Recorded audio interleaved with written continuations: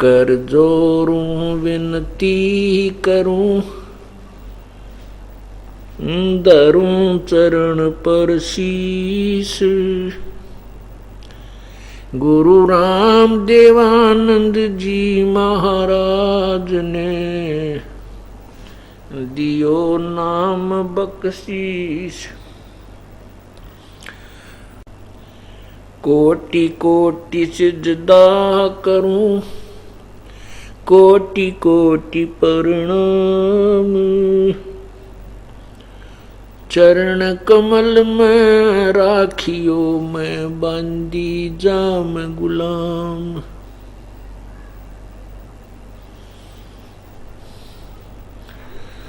जय इब कै सतगुरु मिलें, सब दुख आँखों रोए।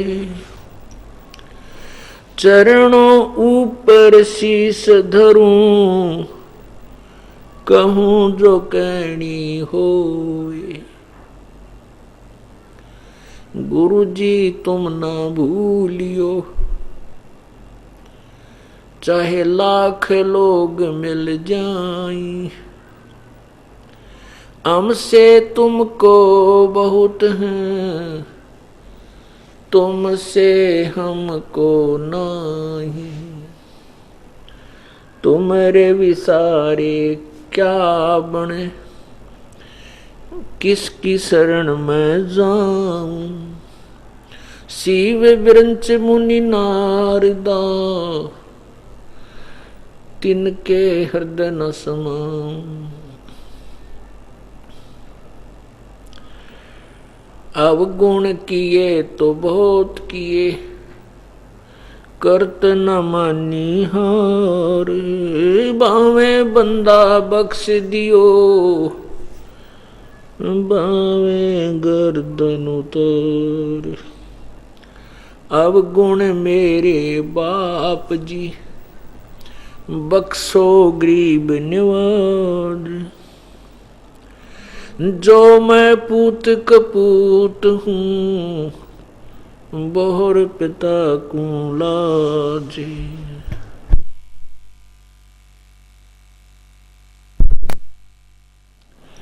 मैं अपराधी जन्म का, नक्सक भरे विकार। तुम दाता दुख भंजना, मेरी करो संभारी। कुत्ता तेरे दरबार का, मोतिया मेरा नाम। गले प्रेम की जेवड़ी, जहाँ खेचो वहाँ जाऊं। तो करो तो बावड़ू, दूर दूर करो तो जाऊं। जो रखो तो ही रहूं, जो देवो सो खाऊं। गुरु बड़े गोविंद से, गुरु बड़े गोविंद से, मन में देख विचार। हरि सुमरे वो रह गए, गुरु भजे हों पार।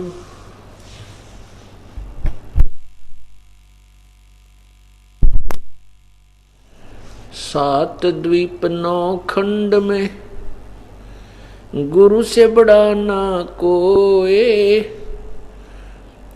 करता करे ना कर सके, सतगुरु करे सो होई।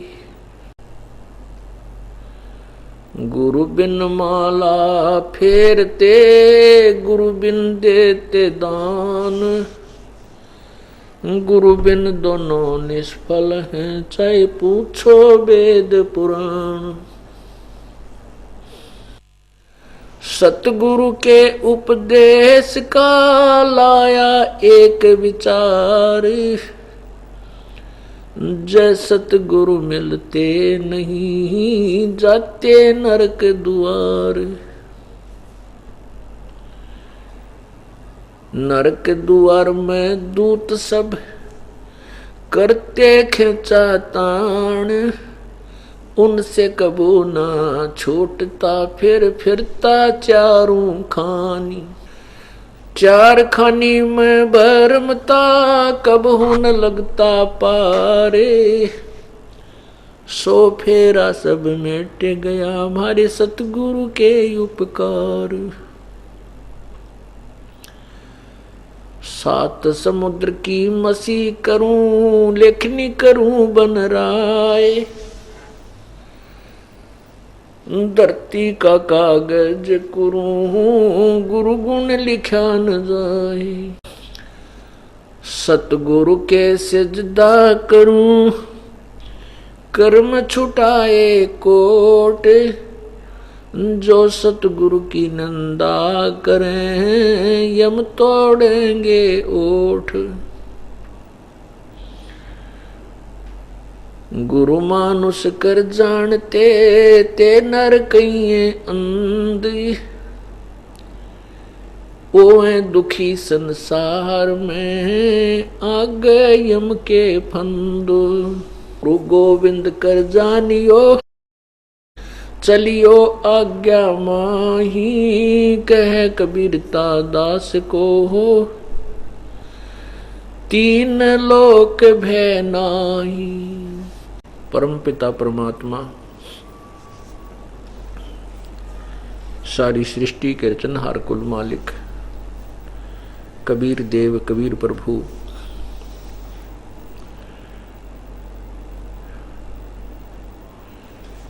हम काल जाल में फंसी हुई आत्माओं को अपने मूल कर्तव्य का ज्ञान कराने के लिए आते हैं। हमें ये याद दिलाते हैं कि ये मानुष जन्म आपको किस लिए मिला था, इसमें आपका क्या कर्तव्य था, आपको क्या करना चाहिए था और आप कर क्या रहे हो।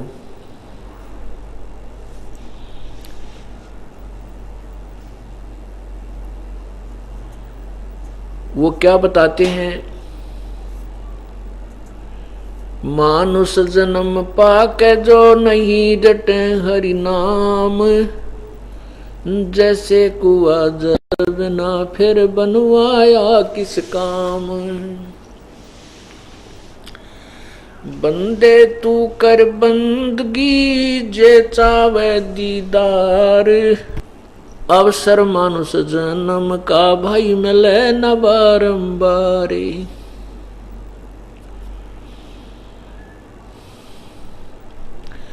सर्व सोने की लंका होती रावण से रणधीरम, एक पलक में राज विराजे व जम के पड़े जंजीरम।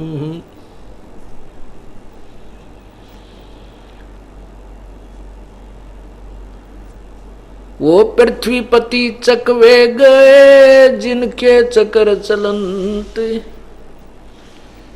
भाई रावण सरीखे कौन गुण ऐसे गए अनंत। उदय अस्त बीत चक्र चले थे ऐसी जन ठकुराई, चुन करी शिशिवर कल्प करी तब खोज न पाया राई। परमात्मा हमें ये याद दिलाते हैं, पूर्व के इतिहास को आपके समक्ष रखते हैं कि सर्व सोने की लंका होती रावण से रणधीरम। ये मानव इतना भ्रमित हो चुका है, ये प्राणी इस काल के जाल में इतना ग्रिप हो गया है, इतना जबरदस्त फंस चुका है कि इसको इसी जोड़ जुगाड़ के अतिरिक्त ये संसारिक जो कर्म है हमारे, संतान संपत्ति, संतान की उत्पत्ति, संपत्ति का संग्रह, यही हमारा मूल उद्देश्य हो चुका है। और हम तत्वज्ञान से अपरिचित होने के कारण इस बात को भूल जाते हैं कि जो भी प्रभु ने आपके संस्कार में जो लिखा है उसके अतिरिक्त कुछ भी नहीं होना। आपकी और हमारी तो औकात क्या है, इन अवतारों के साथ भी ऐसा ही बना हुआ है। अब उन्हीं के इतिहास को देख करके फिर हम तुलना करते हैं प्रभु की अमर वाणी का कि वो कितनी सत्य है। वैसे तो वो सत्य है, लेकिन हमारी ही कोई सोच कमज़ोर है, हम उसको तोल नहीं सकते, बाट ही हमारे कच्चे हैं, तो हम उसका सही माप नहीं कर पाते, उसकी मूल्य का आलंकन नहीं कर पाते।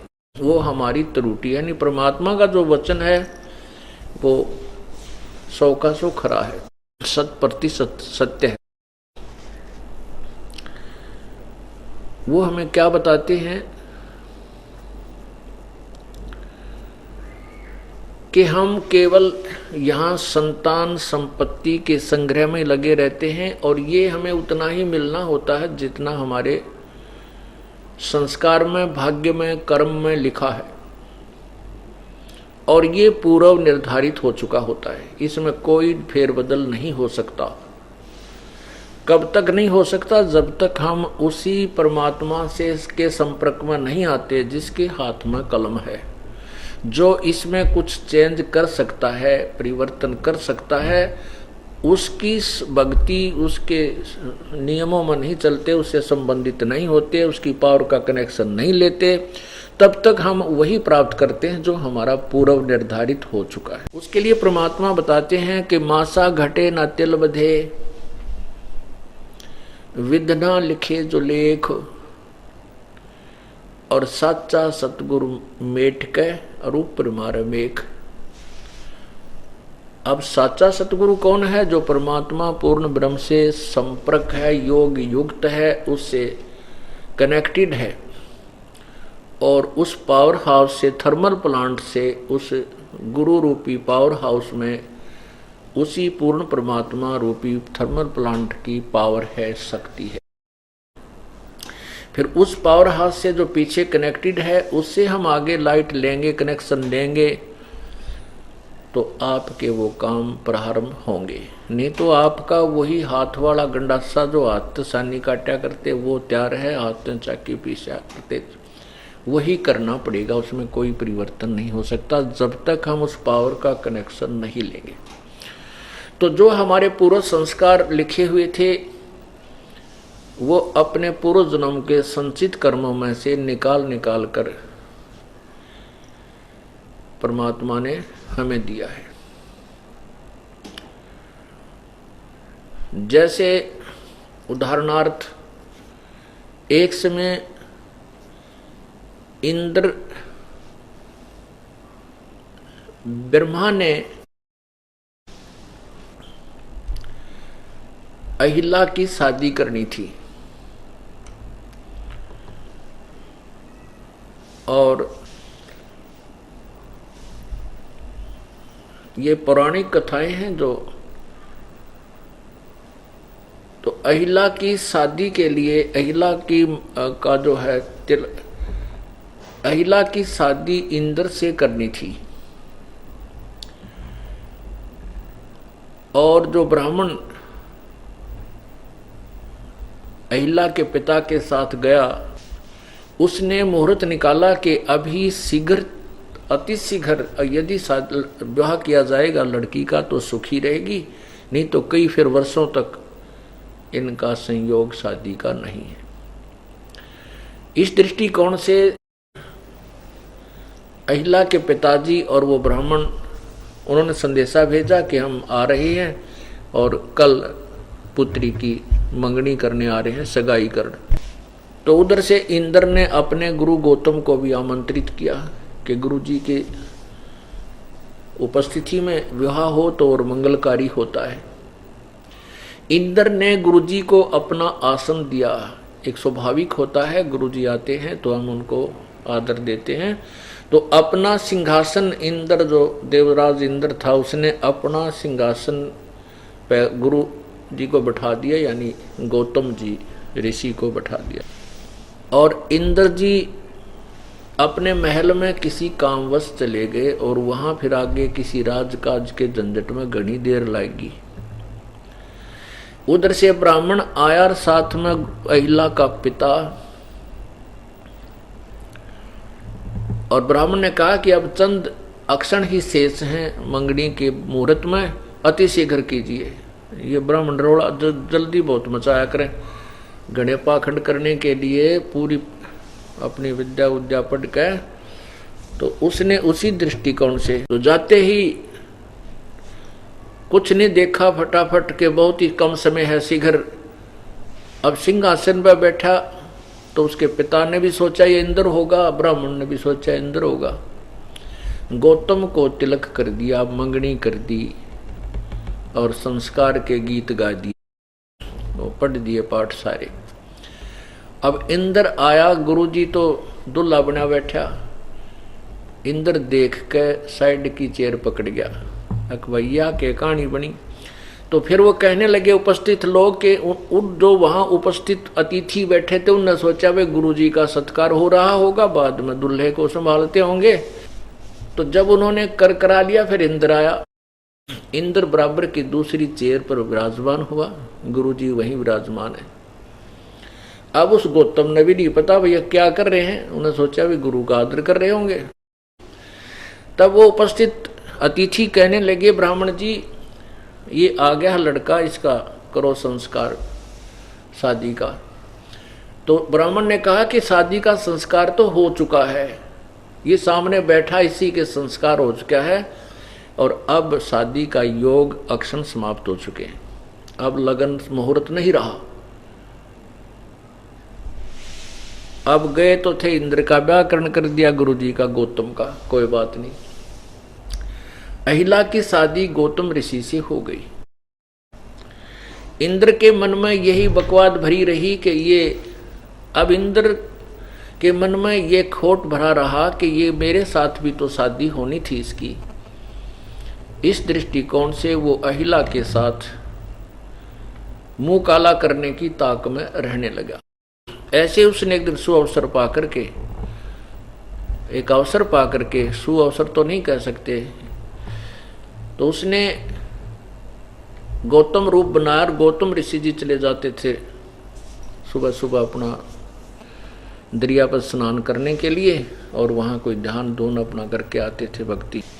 तो उसमें मुर्गा बोला करता था, अलार्म होता था मुर्गा से बिल्कुल समय पर सही।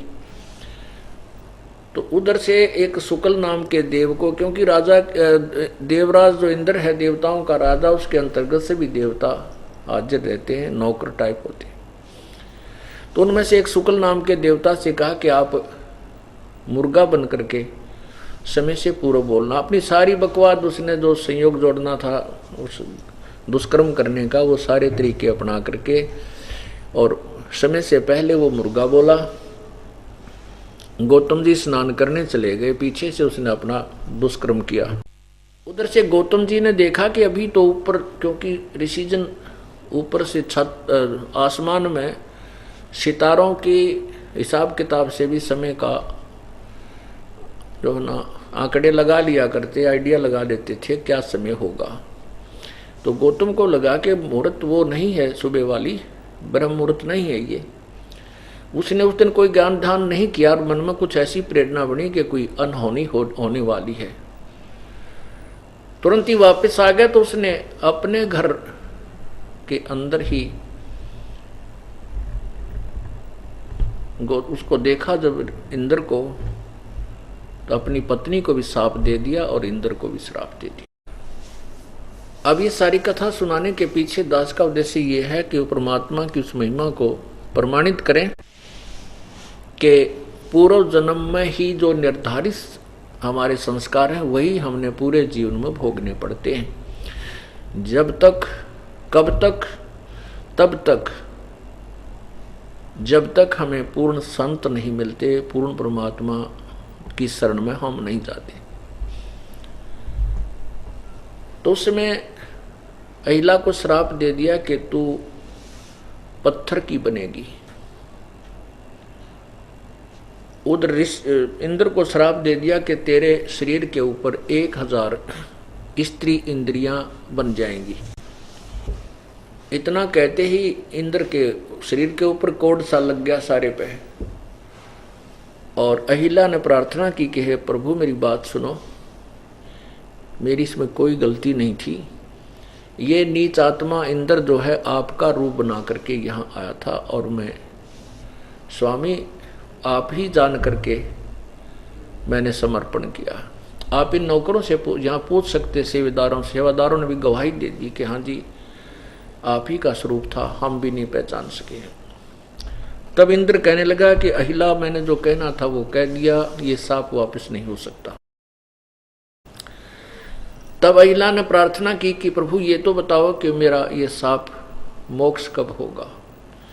तब उसने कहा कि त्रेता युग में भगवान विष्णु श्री रामचंद्र रूप धार के अवतार रूप में जाएंगे,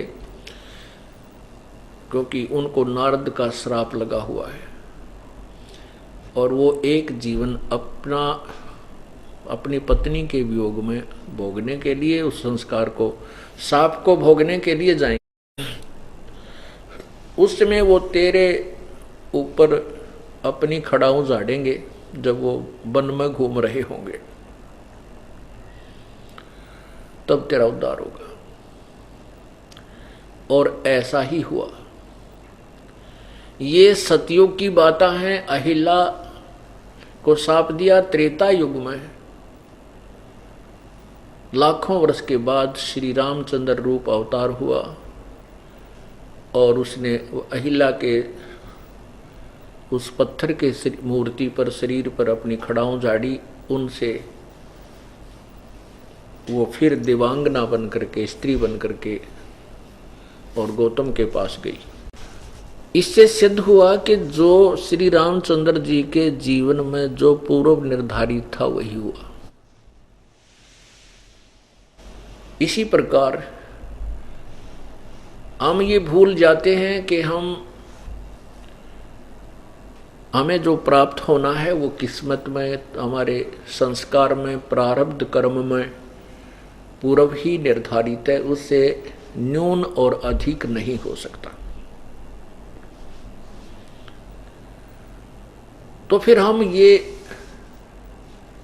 जो गलती करते हैं, चोरी करते हैं, रिश्वत लेते हैं या कोई और 2 नंबर का काम करते हैं, किसी से धन हड़प लेते हैं, ठगी करते हैं, ये नहीं करेंगे। हमें यह भी मालूम होगा कि हम यदि किसी से हेरा फेरी करके और धन ऐंठ भी लेते हैं तो वो धन नहीं रहेगा, वो धन नहीं रहेगा, वो तो आपका व्यर्थ जाएगा। चाहे कि कहीं बीमारी हो, कोई पशु बिगड़े, चाहे व्यापार में घाटा आवे और चाहे कोई अन्य कारण बने। जैसे एक व्यक्ति ने अपनी लड़की का विवाह किया आज से 25 वर्ष पहले। उस समय उसने 3 लाख रुपए लड़की की विवाह पर लगाए। 3 लाख रुपए। बड़ा अधिकारी था, कमिश्नर रैंक से रिटायर हुआ था, मुफ्त का माल इकट्ठा कर रखा था। वो पैसे लड़की के ब्याह पर लगा दिए बड़ी शानो शौकत से। 6 महीने के बाद वो रिटायर हो गया। रिटायर होने के बाद फिर उसके 1-2 महीने के बाद उस लड़की को छोड़ दिया। उसके पति ने उस लड़की को छोड़ दिया, तलाक हो गया। और उस तलाक होने में लड़की का फिर दोबारा ब्याह करा। जब 3 लाख में लड़की का ब्याह करा है तो फिर 6 लाख लाए होंगे, क्यों दूज पर होगी वह। और उसके बाद उसका हार्ट अटैक हो गया। पुण्यात्माओं, परमात्मा का विधान अटल है। हम इससे परिचित नहीं, इसलिए गलतियों पर गलती करके अपना दूना दुख खरीद लेते हैं, परचेज कर लेते हैं। जब हम इस ज्ञान से पूर्ण रूप से परिचित हो जाएंगे और हमारा हृदय में समा जाएगा कि जो लिखा ये अटल है, ये है तो अटल, लेकिन हमारी बुद्धि ना स्वीकार कर पाती, तो हमारी कमजोरी है, हमारी अल्पज्यता है। अन्यथा परमात्मा का विधान अटल है। अब परमात्मा क्या कहते हैं? राम नाम कड़ुआ लागे, ये मीठे लागे दाम। दुविधा में दोनों गए, भाई माया मिली ना राम। अब इन बातों को हमने बहुत गहराई से मनन करना है। सत्संग सुनने के बाद इनके ऊपर मनन करना चाहिए। ज्ञान सुनते हैं और उसके ऊपर मनन करके फिर अनुसरण करते हैं तो हम सफल होंगे, अवश्य होंगे। पुण्यात्माओं, जो बच्चे अभी जो श्रोतागण अभी आए हैं, कोई 2 वर्ष से, कोई 3 वर्ष से, कोई 4 वर्ष से, और जो उससे पहले के अभी तक लगे हुए हैं, वो तो इन बातों से परिचित हो चुके हैं और उन्होंने अपने सब क्रियाओं को चेंज भी कर लिया है, बदल लिया है। यदि कोई नहीं बदल पा रहा है तो कर्महीन है। बदल जब तक नहीं पाते, जैसे ही हम कोई कार्य करने लगते हैं, नाम उपदेश ले रखा है और हमारा कोई, जैसे कोई लड़की का ब्याह है या कोई मकान बनाना है या कोई और ऐसी व्यवस्था, जमीन खरीदनी है, और उसमें हमें सहयोग प्रभु का नहीं मिल पा रहा, तो हमारी कोई वीकनेस है, कमजोरी है। परमात्मा हमें सहयोग नहीं दे रहा, चाहे हम 10 वर्ष से 15 वर्ष से नाम लिए हुए हैं। फिर वो व्यक्ति क्या करता है, वो फिर अपनी मर्यादा को नहीं निभा पाता और फिर कहीं ना कहीं से तिगड़मबाजी शुरू कर देता है। कोई न कोई 2 नंबर से कहीं ना कहीं इधर उधर से करने की चेष्टा करता है, फिर वो भगवान से दूना दूर होता चला जाता है। परमात्मा कहते हैं, सतगुर के दरबार में कमी कहे की ना, अंसा मौज न पावता तेरी चूक चाकरी मां। इस कबीर भगवान के दरबार में किसी भी प्रकार की कोई त्रुटि नहीं रहेगी, किसी चीज की कमी नहीं है, आपको सर्व उचित लाभ मिलेंगे। यदि आप अनुचित डिमांड करोगे, मांग करोगे तो नहीं होगा। आपकी जो आवश्यक वस्तुएं हैं, आपको जो आवश्यक धन है, आवश्यक जो कार्य हैं, वो अवश्य होंगे, क्योंकि ये वो परमात्मा है जिसके शब्दकोश में असंभव शब्द नहीं है। इस परमात्मा की डिक्शनरी में इम्पॉसिबल वर्ड नहीं है। ये वो परमात्मा है, ये कबीर भगवान है, कबीर देव है। तो हम इससे लाभ नहीं प्राप्त कर पा रहे हैं, तो हमारी कोई चूक चाकरी में, कोई सेवा में, कोई भाव में, कोई सिमरन में, दान धर्म में, कोई हमारी अपनी ही त्रुटि। अब जो भक्तात्मा सत्संग में आते हैं, नए नए बच्चे हैं, 2-3 वर्ष तक, तो 3 वर्ष तक भी हम नहीं मानते कि ये बच्चा पूर्ण रूप से परिपक्व हो चुका होगा। 3 वर्ष पार कर जाता है तो फिर हम उसको, 3 वर्ष तक वो डगमग नहीं होता है तो हम समझ जाते हैं प्रभु ने पहुंचा पकड़ लिया।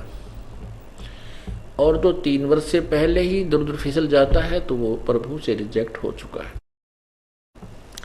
उसके बाद फिर हम 4-5 वर्ष के बाद सार नाम की सोचते हैं, इसको देना है कि नहीं देना, क्योंकि ये एक बहुत अनमोल जड़ी है और इसको लेने के बाद कोई बकवाद कर जाता है, उसको परमात्मा फॉरएवर, सदा के लिए रिजेक्ट कर देगा।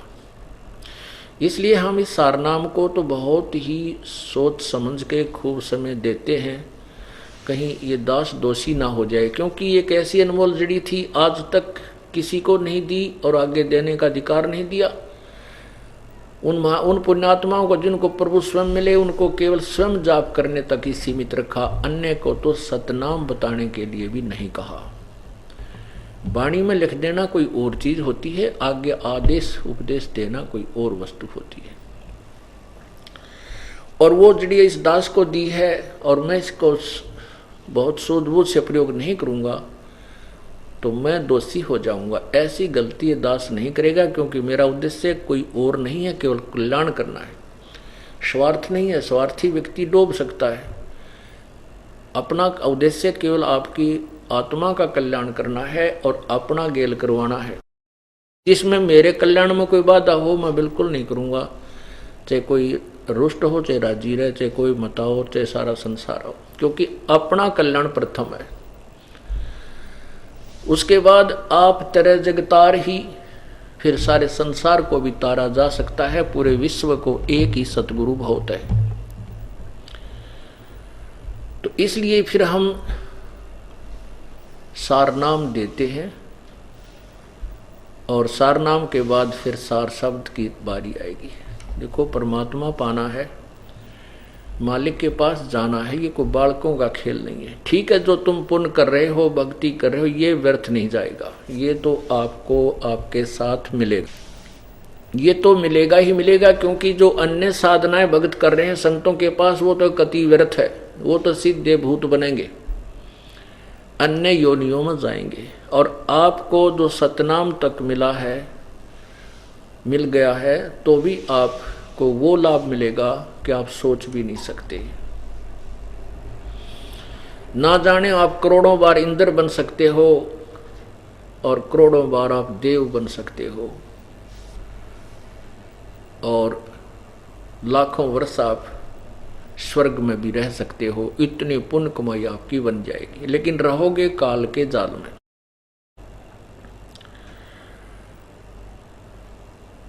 और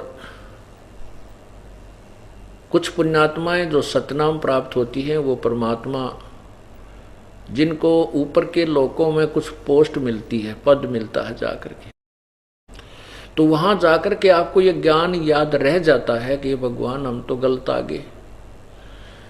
परमात्मा की वो अमर वाणी जो गुरुजी बताते थे विधान, वो तो सारा ही सत्य है। अब तो हम अपने जो जाप किया करते उन्हीं के पुण्यों से आज हम यहाँ देव बन गए, देव स्वर्गलोक में। ये तो अपनी ही जेब कट रही है। कहते वहां भी यदि तू रोएगा, वहां भी मुझे याद करेगा, तो भी तुझे वहां से छुड़वा लूंगा। कितने दयालु है परमात्मा। कहते शिव मंडल ब्रह्मापुरी चाहे विष्णु लोक में हो, अमरे गुण भूले नहीं तो आन छुटाऊं तो। अब दयालु है परमात्मा, छुटा तो लिया आपको, लेकिन काम कितना बढ़ गया, समय कितना बढ़ गया आपका। अब ये भक्ति समय आया है, भक्ति युग है, भक्ति काल है ये। और इसमें जो पार नहीं होंगे, सतनाम मिल गया, सार नाम भी मिल गया, और भक्ति डट कर करी नहीं, वो भाव वो श्रद्धा सारी टर्म एंड कंडीशन पूरी नहीं ने भी, और गुरुद्रोही भी ना हुआ, तो इस आपको ऊपर ले जाया जाएगा। क्योंकि हम इतने कहाँ परिपक्व हुए हैं। तो थोड़े से लालच में कोई कहे जा तेने सरपंच बनाओ, जब डर लेंगे और पीपी आ जा बना दे। तो हमने जाना सतलोक में, हमने तो इंद्र दा राज कागदा विष्टा।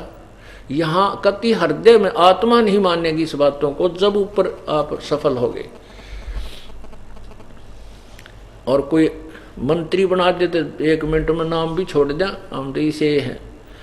लेकिन ऐसे हैं तो फिर यहीं रह जाएंगे इस काल के ही जाल में। हमने नहीं बनना, हमने तो यहाँ से कति अपना गट्टा छुटवाना पड़ेगा, जो काल ने जबरदस्त ढंग से पकड़ रखे। तो आप जब यहाँ से मृत्यु शरीर छोड़कर जाओगे, ऊपर आपको देव पद मिलेगा। देव पद मिले पाछा तो फिर आप क्या पीछे कौन हटता है। क्योंकि यही नहीं, अभी हमारी वृत्ति यहाँ की थोड़ी मोटी सुविधाओं से दूर नहीं हुई है।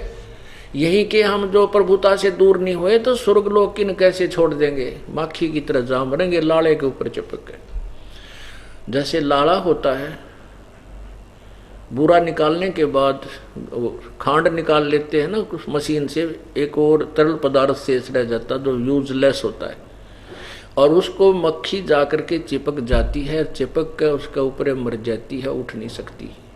तो ये सकाल का जो कि जो भी यहाँ पर राज या देव स्वर्ग के अंदर कोई पदवी, ये तो लाड़ा है, और खांड परमात्मा का सतलोक है। तो इस लाड़े के ऊपर चिपक के उस शरबत पे वो माखी मर ही जाती है, वहां से उठ नहीं सकती। तो आप वहां देवलोक में होंगे, वहां आपका याद भी आ गई कि गुरु महाराज बताया करते, या तो बात सच्ची है। क्योंकि वहां जाने के बाद आत्मा के बहुत कुछ आवरण हट जाते हैं, सूक्ष्म रूप होता है, सूक्ष्म शरीर होता है। सूक्ष्म शरीर के ऊपर फिर लिंग शरीर बन जाता है जो चमकदार होता है, यानी नूरी शरीर कुछ हल्के तेज का मिलता है। तो वहाँ इसकी जो बुद्धि कुछ प्रवीण हो जाती है, तो फिर ये सोचता है को हो यहाँ तो भाई अपनी ही पूंजी से आए हैं। सबको मालूम होता है कि तेरे कितना समय है यहाँ पर, सबको मालूम होता है कि मेरा देव समय स्वर्ग समय इतना है, मेरा इतना है, पूर्व निर्धारित होता है। तो वहां आपने मालिक को याद किया, भगवान मैं तो गलत फंस गया, मेरी रक्षा करो, मुझे छुटा लो, यहाँ से बचा लो। तो कहते वहां भी आ जाऊंगा। तो उनको छुटवा करके यहाँ परमात्मा का एक राजदूत भवन की तरह अपना एक लोक है जो इन सबसे गुप्त है। उस स्थान को ना ब्रह्मा जानता है, ना विष्णु जानता है, ना शिव जानता है। तो वहां ले जाते हैं, तो वहां आपको रख दिया। इतने दयालु हैं, वहां आपकी कोई अपने पुण्य कमाई समाप्त नहीं होती, प्रभु के भंडार से आपको सब कुछ प्राप्त होता है। फिर वो क्या होगा कि कभी किसी युग में फिर कलयुग में आपको जन्म देगा भगवान, और फिर जन्म प्राप्त करते हुए आपको मानव शरीर देगा। जैसे आज से 600,000 वर्ष पहले आपको जन्म देना शुरू कर दिया, क्योंकि आपके पुण्य या मंत्र की कमाई सतनाम की इतनी बन गई कि इससे आपको सैकड़ों मनुष्य जन्म भी मिल जाएंगे। जिसने 3 वर्ष सतनाम का जाप कर लिया, उसके इतने मनुष्य शरीर बन जाएंगे, सैकड़ों कंटिन्यूस मनुष्य जन्म भी प्राप्त हो सकते हैं। फिर उनका फायदा क्या, उनका यूज ही क्या। अब हमने हर तरह से परमात्मा पूरा इतिहास आपके समक्ष रखवा रहा है। अब आपने सोचना है, इसके अंदर लाभ और हानि आपने स्वयं देखनी है। उससे आपको इतना लाभ होगा कि मनुष्य शरीर मिलेगा। इतना दयालु है परमात्मा कि आपकी जो कमाई बना दी है, इसमें से आपको इतने मनुष्य जीवन मिलेंगे। और मनुष्य जीवन मिलेगा तो अन्य प्राणियों से तो फिर भी आप तुलनात्मक कंपेरेटिवली ठीक ही जीवन गुजार करोगे। लेकिन संकट व झोंके तो रहेंगे। कदे बेटा मर गया, कोई बेटी मर गई, कोई पुत्री विधवा होगी, कदे बालक मर गए, कहीं आप मर गए। ये समस्याएं फिर साथ रहेंगी। आपदाएं आएंगी, बीमारी होगी, रोगी होगे, टांग कटगी, पता नहीं क्या दुख, ये साथ साथ चलेंगे। हाँ, उसमें इतना लाभ आपको रहेगा कि कभी फिर ये भक्ति युग, जैसे अब भक्ति काल चल रहा है, भक्ति समय, इसमें वो पुण्यात्मा जो कभी पहले प्रभु कबीर परमेश्वर के समय में आज से 600 वर्ष पहले रही थी, क्योंकि वो इतना दयालु है कि ये जन्म मनुष्य जन्म देने शुरू कर दिए तो फिर इसके अक्षीण होने शुरू हो जाते हैं पुण्य। तो 600 वर्ष पूर्व आकर के परमात्मा आपको पत्थर मंत्र दे करके फिर भक्ति, इतना भक्ति युक्त कर गए कि आपके और मनुष्य जीवन कंटिन्यूस एक्सटेंड हो जाए, बढ़ जाए। तो वो प्राणी जो आज से 600 वर्ष पूर्व और उससे पहले कभी किसी कलयुग या सतयुग में, क्योंकि सतयुग त्रेता द्वापर त्रेता इनमें तो परमात्मा की शरण में ये प्राणी बहुत ही कम आते हैं। और जैसे वही पुण्यात्मा जैसे आप में से बचे हुए को स्वर्ग सतयुग में जन्म मिलता है, जो परमात्मा ने अपने कोटे में रख लिए उनको सतयुग में भी जन्म देता है, क्योंकि उस समय ये प्राणी दुखी नहीं होते। और उस समय बहुत पुण्यकर्मी प्राणियों को ही मनुष्य शरीर मिलता है। तो काल इसका दुरुपयोग करता है कि उस समय सब में सिद्धियां होती हैं, उनके अंदर समाधि लगती है, ध्यान लगता है, वातावरण शुद्ध होता है, शरीर लंबी उम्र होती है, पत्नी से पहले पति नहीं मरता, अर्थात इतनी पुण्यकर्मी स्त्रियां होती हैं, उनको वो विधवा नहीं होती, इतने अच्छे भगवान वो पुरुष होते हैं कि उनकी आयु लंबी होती है। तो वहां से जन्म होते होते, क्योंकि सतयुग में फिर इतनी सुविधाएं हैं तो कौन भगवान भजे। उससे पहले काल उसको इतना मिसगाइड करवा देता है सबको कि ये उन्हीं साधनाओं को और यथार्थ मानकर करते रहते हैं। और जो घर में सुख है, शरीर में सुख है, परिवार में सुख है, उसको वर्तमान कर रही साधना से ही वो मानते हैं। इतने नालायक बन जाते हैं। और जबकि वर्तमान में उनकी साधनाएं शास्त्र विरुद्ध होती हैं और पूर्व निर्धारित संयोग से ही आपको संस्कार से सब कुछ मिल रहा होता है, वो उस समय उसको भी भूल जाते हैं। हम ऐसे ही हैं, ये बिल्कुल सत्य है। तो इसलिए सतयुग त्रेता द्वापर में हम विशेष रुचि प्रभु की तरफ नहीं करते, भक्ति करते हैं जो हमें परंपरागत मिल चुकी है, वेदों या कोई गुरु जैसा मिला है उसी के आधार पर हम करते रहते। लेकिन हम सुखी इसलिए होते हैं कि हमारे पुण्य साथ होते हैं। अब कलयुग में आकर के हमारे पुण्य समाप्त हो जाते हैं और जो वर्तमान बहुत कम रह जाते हैं। जो हम वर्तमान में साधनाएं करते हैं वो तब तक तो हमने अच्छी लगती हैं जब तक हमारे पुण्य साथ चल रहे हैं। उन पुण्यों के कारण हमें नौकरी भी मिल गई है, ब्याह भी हो गया, लड़का लड़की भी हो गए, उनकी भी अच्छी शादी शुदी होगी, अच्छी तरह ब्याह दिए, घर में पोता पोती भी होगी, और फिर होगी कैंसर। अब पुण्य चले तब तक तो ठीक रहा, अब कैंसर होगी जब गिगी बंदगी, पैसे भी ला लिए, डॉक्टरों के भी जा लिए, और फिर कहाँ चलते हैं कि संतों को ढूंढो, कि तो जाड़े लवानिया का फंस गए तो वो बेमौत मारेगा। लेकिन ये भी वो पुण्य पिछले संस्कार साथ आते हैं कि वो परम संत अगर वर्तमान में परमात्मा का भेजा कोई दास है वहां आ जाते हैं। तो यहां भी दो प्रकार के प्राणी होते हैं।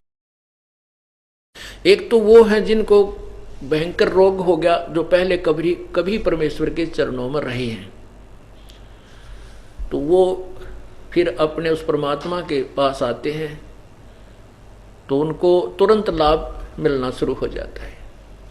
और जिन्होंने परमात्मा कभी किसी जन्म में भजा ही नहीं और फिर कष्ट पड़ा किसी के कहने से, फिर आगे गुरुजी के संत के पास, तो उनको थोड़ा सा समय लगेगा। उनको फिर वो कहते हैं वो तो जल्दी ठीक हो गए, हमारा अभी तक आराम नहीं हुआ। तो ये उनको उनके लिए ये विवेचन दिया जा रहा है कि उनको समय लगेगा। और उसके दौरान जो आपका ट्रीटमेंट परमात्मा आपके हृदय को जांच रहा होता है कंप्यूटर की तरह। यदि इस यानी भक्ति के दौरान यदि आपके मन में कोई खोट आ गया,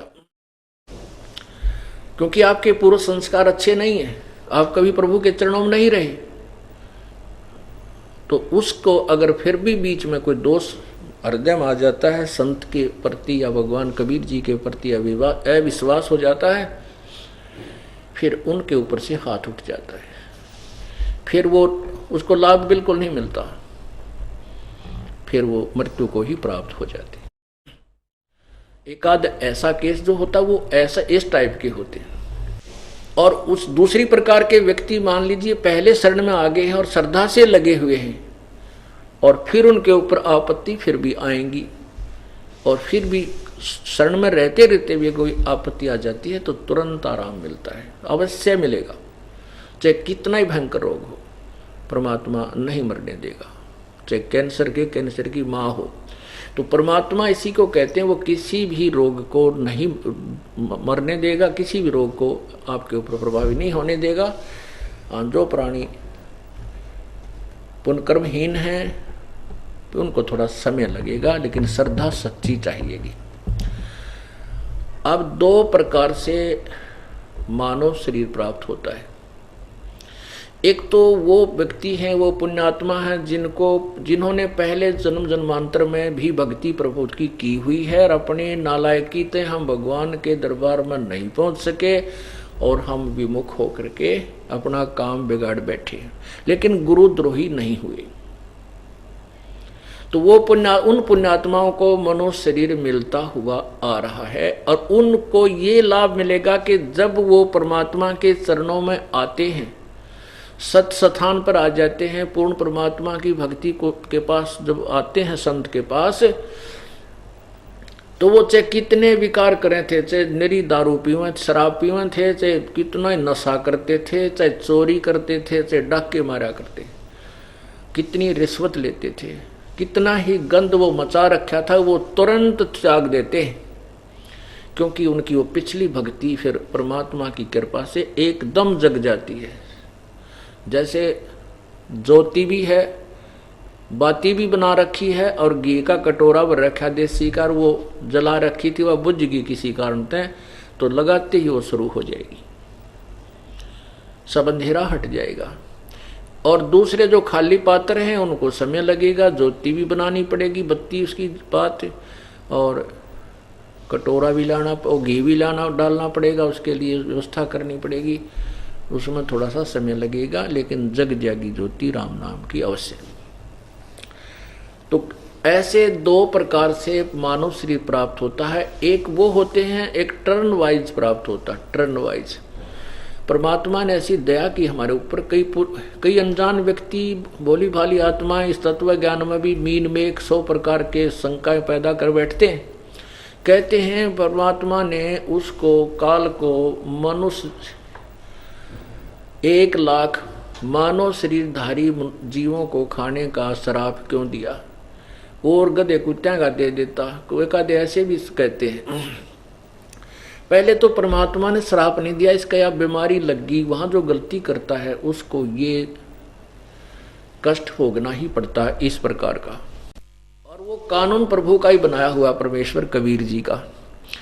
पुण्यात्मा यदि उसको ये 1 लाख मानव शरीर खाने की बीमारी ना होती तो ये हमें मनुष्य शरीर नहीं देता। जब आप देख रहे हो कितना चालबाज है, इतनी योनियां और नाना प्रकार के प्राणियों के शरीर बना दिए, एक और बना देता, क्या दिक्कत थी इसको। तो इसलिए परमात्मा ने एक ऐसी इसका बीमारी ला दी कि इसकी व्यवस्था होगी, 1 मानव शरीर यो जरूर देगा। उसके लिए देता कहां से है, ये तो नंग है कति खाली खोखापुर। वो अपने आप ही के पुण्य और पापों से कुछ प्रतिशत, 2% या 4% रख लेता है पुण्य। उन पुण्यों के आधार से 1 मनुष्य शरीर देना पड़ता है, इसको देता है। और बाकी जो पुण्य पाप होते हैं इनको स्वर्ग नरक में खत्म करवा देता, खाली करा देता है। तो फिर 84 लाख योनियों को में से गुजर के भोग के 1 मानव शरीर अवश्य प्राप्त होता है। ये है टर्न वाइज, यानी तरतीवार से विधान अनुसार उसको 1 मानव शरीर प्राप्त होगा ही होगा, स्त्री या पुरुष का।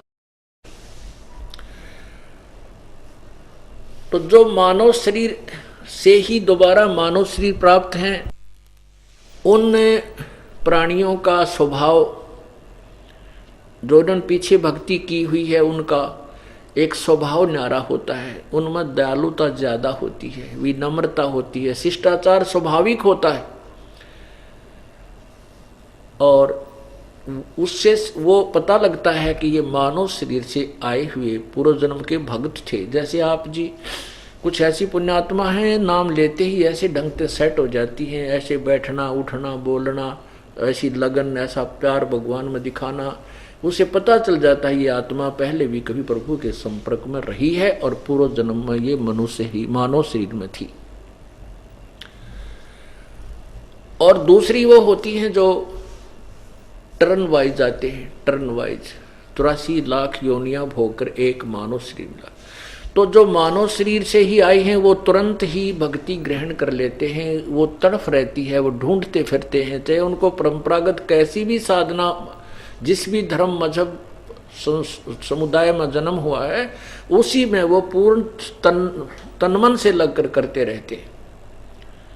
वो करते हैं भगवान प्राप्ति के लिए, लेकिन वो व्यर्थ वेशक है। लेकिन उनकी तड़फ पूर्व जन्म में जो किए संस्कार उनको टिकने नहीं देते, इतना प्रेशर रखते हैं वो कहीं ना कहीं। जैसे ये दास हनुमान चालीसा करा करता, 7 बार डेली हनुमान जी का व्रत रखना, गीता का पाठ करना, और जो भी मंत्र मिल गए, फिर तुम्हें माता से पिता तुम्हें, फिर वो गायत्री मंत्र बना रखा था वो, यानी सारे ही साधनाएं किया करता था। अब पता चला कि वो साधना कुछ ठीक होनी, वो तो बाद की बातें हमारी गल के बनती, वो तो हाथ से डोर छूट जाती, वहां रोते ऊपर न मुँह करके काल के दूत मारो लठ घेर के, ना तो वो गायत्री मंत्र काम आवो, ना वो हनुमान जी का व्रत काम आवो, ना वो हनुमान चालीसा की तक खड़ा पावो। तो वो तड़फ करके परमात्मा की चाह में टिक नहीं सकते, वो चल पड़ते हैं चाहे कहीं कोई मिले। तो ऐसे ही वो पुण्यात्मा कुछ तो इन नकली संतों के फंस गई, उनको असली मान के। परमात्मा कहते हैं जैसे दीपक को देखकर पतंग भाग दौड़ लेता है और वो वापस नहीं हटता, उसका स्वभाव है, और उसके ऊपर जल के मर जाता है। वो उसको एक बहुत प्यारी वस्तु मानता है, उसको चाह है उस चमक की जो सतलोक में छोड़ का है भगवान के प्रकाश को, परमात्मा के प्रकाश को। जो वहाँ परमात्मा का प्रकाश उसको प्यारा लगता था, उसी प्रकाश की को जान करके दीपक को, वही प्रकाश वही प्रभु जान करके वो उस दीपक के ऊपर जाके मर जाता है, वापस नहीं हटता। ऐसे ही ये पुण्यात्मा उन प्रभु संत जान करके उन दीपक रूपी संतों के पास जाकर जल के मर चुकी है, उनके फंस चुकी है, उनके परपुर सारी कटली की जान जोगे नहीं छोड़ रखी। अब वो ज्ञान यही बताते हैं गुरु नहीं चेंज करना चाहिए। अरे गुरु हो तो चेंज नहीं करना चाहिए, नकलिया न तो तुरंत चेंज करे, तुरंत। परमात्मा कहते हैं बेरा देखा जरजरा और उत्तर चले फड़क। बेड़ा होता है, जैसे पहले नौका नहीं थी, बेड़े बना लिया करते, एक फ्लोटिंग सा बहुत लंबा, थोड़ा सा लंबा चौड़ा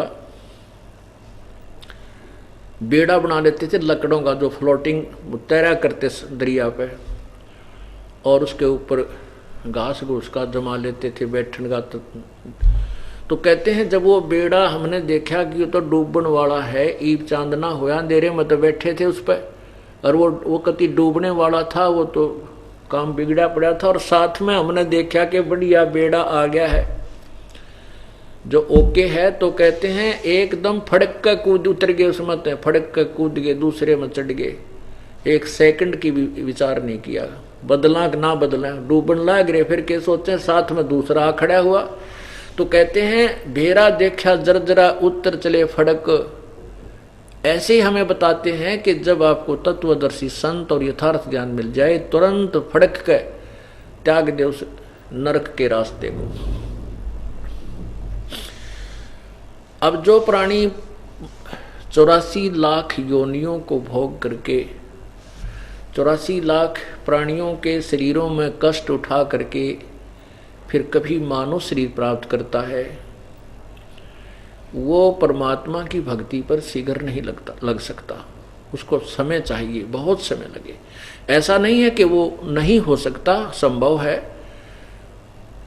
अब उसके लिए एक उदाहरण देते हैं आपको। एक कागभूषण नाम के महापुरुष हैं वर्तमान में, अब वो बहुत ही अच्छे देव पुरुष हैं। उन्होंने गरुड़ जी को, जो श्री विष्णु जी के वाहन एक गरुड़ है पक्षी, तो उनकी आपस में वार्ता हुई।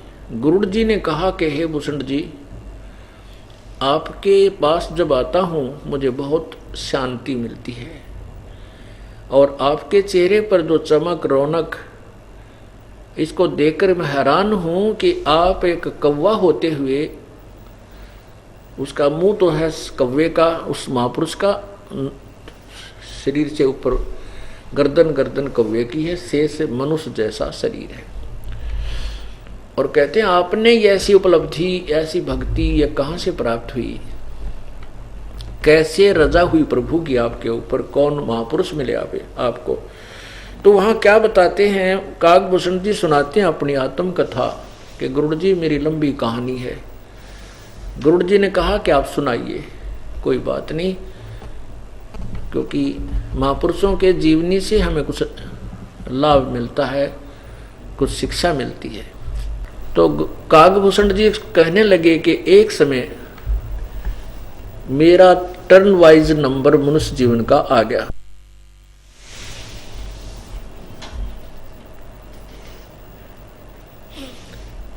तो उस समय मुझे मानव शरीर प्राप्त था, 20 वर्ष की मेरी आयु हो चुकी थी, बहुत जवान था मैं, शरीर स्वस्थ था। और उसी समय हमारे क्षेत्र में, उस मालू देश में क्षेत्र में एक भयंकर दुर्भिक्ष गिरा, अकाल गिर गया। वहाँ इतना बुरा हाल हो गया कि नर इंसान के बुड़के भरने लग गया, उसके मांस को जिंदे को खाने लग गया, घास फूस भी खत्म हो गया, वर्षा नहीं हुई 2-3 वर्ष। तो मेरे माता पिता वृद्ध थे, और मेरे 3 बान भाई और थे, हम 2 भाई 2 बहन थी।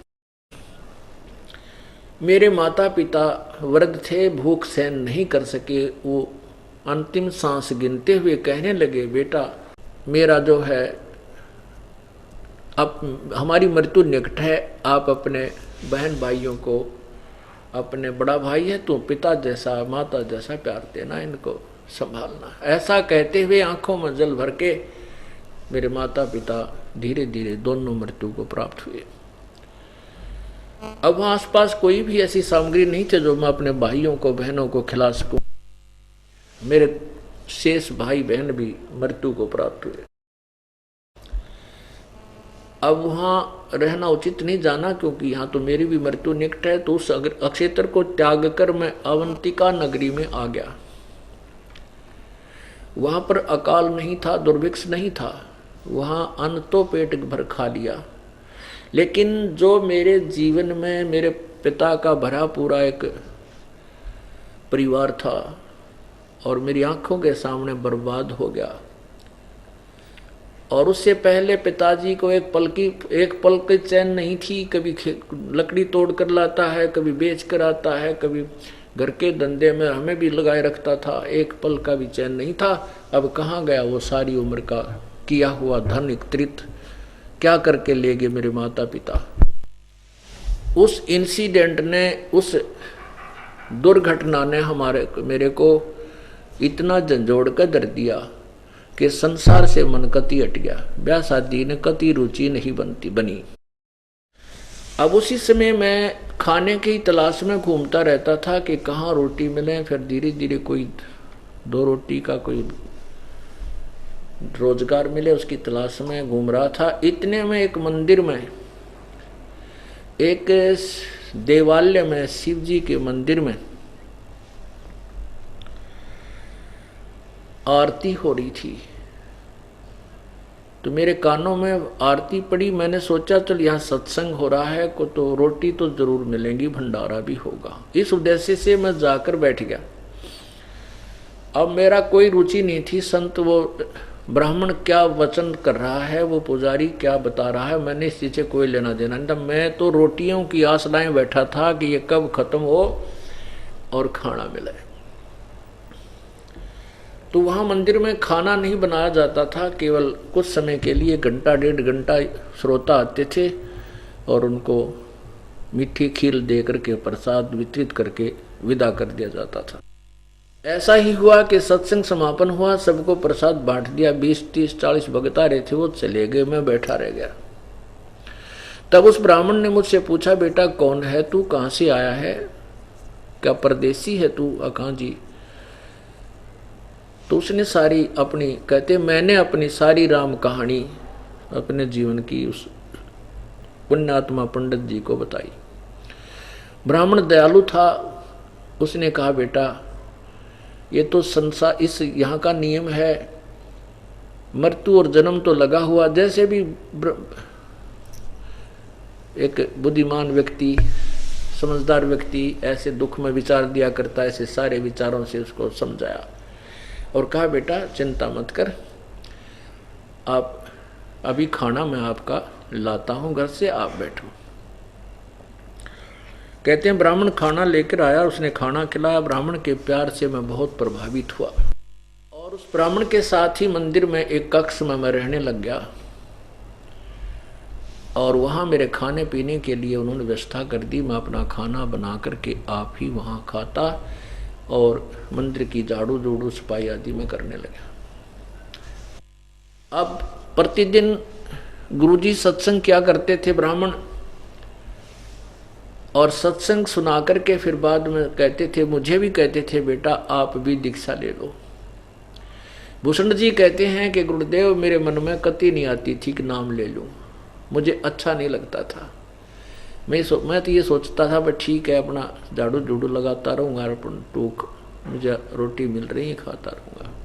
मुझे कोई लेना देना नहीं था। वो खूब कथा सुनाते थे, कथा में सुनता भी था, पर असर कति नहीं होता था कि मैं अपना कल्याण करवाऊं। ऐसे करते करते 6 महीने बीत गए। तब फिर उस ब्राह्मण ने एक दिन कहा, बेटा ये मनुष्य जीवन ऐसे नहीं मिलता, यदि हम परमात्मा की भक्ति नहीं करेंगे तो ये व्यर्थ जाएगा, 84 लाख योनियों में जाना पड़ेगा, ऐसा ऐसा जैसा। क्योंकि ज्ञान तो ये सभी एक ही जैसा सुनाते हैं, लेकिन समाधान पूरा ना होने से वो दुर्भाग्य है कि उन श्रोताओं का वो रह जाते हैं। फिर भी उस ब्राह्मण ने उसके राम नाम की कलम चढ़ा ही थी। यानी वो कहता काकभूषण जी, अब अपने जब उसको सारे जीवनों की पिछले की ज्ञान हुआ, अब उसको जो उपलब्धि हुई, उससे जो लाभ हुआ, अब वो बताता है पीछे कि वो हमारे कुल का जो नाश हुआ तो बहुत बुरा, लेकिन वो चोट और साथ में फिर ऐसे महापुरुष का संग, और वो भी 6 महीने कंटिन्यूस मिलने के बाद मुझे ये समझ में आई कि राम नाम ले लूं। यानी इतने पापों से भरा हुआ था मैं। तुलसी पिछले पाप से हरि चर्चा न भावे, जैसे जवर के वेग से भाई भूख विदा हो जावे। जैसे किसी को बुखार हो जाता है, उसको भूख नहीं लगती, भूख विदा हो जाती है, चली जाती है, खत्म हो जाती है। उसको मनुखा दाख भी कड़वी लगती है, सेब संतरे भी बहुत कड़वे लगते हैं, और प्रतिदिन खाने वाला आहार भी कड़वा लगता है, हलवा भी कड़वा लगता है। अब वो पदार्थ कड़वे नहीं है, वह व्यंजन कड़वे नहीं है, लेकिन उस बुखार ने, उस जवर ने उसके शरीर की व्यवस्था को इतना बिगाड़ दिया कि मीठी चीज भी कड़वी लग रही। ऐसे ही जिन प्राणियों के ऊपर पाप कर्म का बुखार बना हुआ है, उनको ये राम नाम की चर्चा बिल्कुल भी अच्छी नहीं लगती। और उसका ट्रीटमेंट क्या है, उसका इलाज उपचार क्या है कि जैसे बुखार को उतारने के लिए भी कड़वी दवाई ही खानी पड़ती है। मलेरिया हो जाए तो कुनीन की कड़वी गोलियां खानी ही पड़ेंगी। उन कड़वी औषधि के खाने से ही वो बुखार नरम होगा, कम होगा, उतर जाएगा। फिर वो सभी भोजन आहार हमें स्वादिष्ट लगने लगेगा। और फिर इतनी भूख लगा करे, बुखार उतर जाता है कि सूखी रोटी भी मिल जाए, सब्जी भी ना हो, और 3 खाता 4 खाओगा।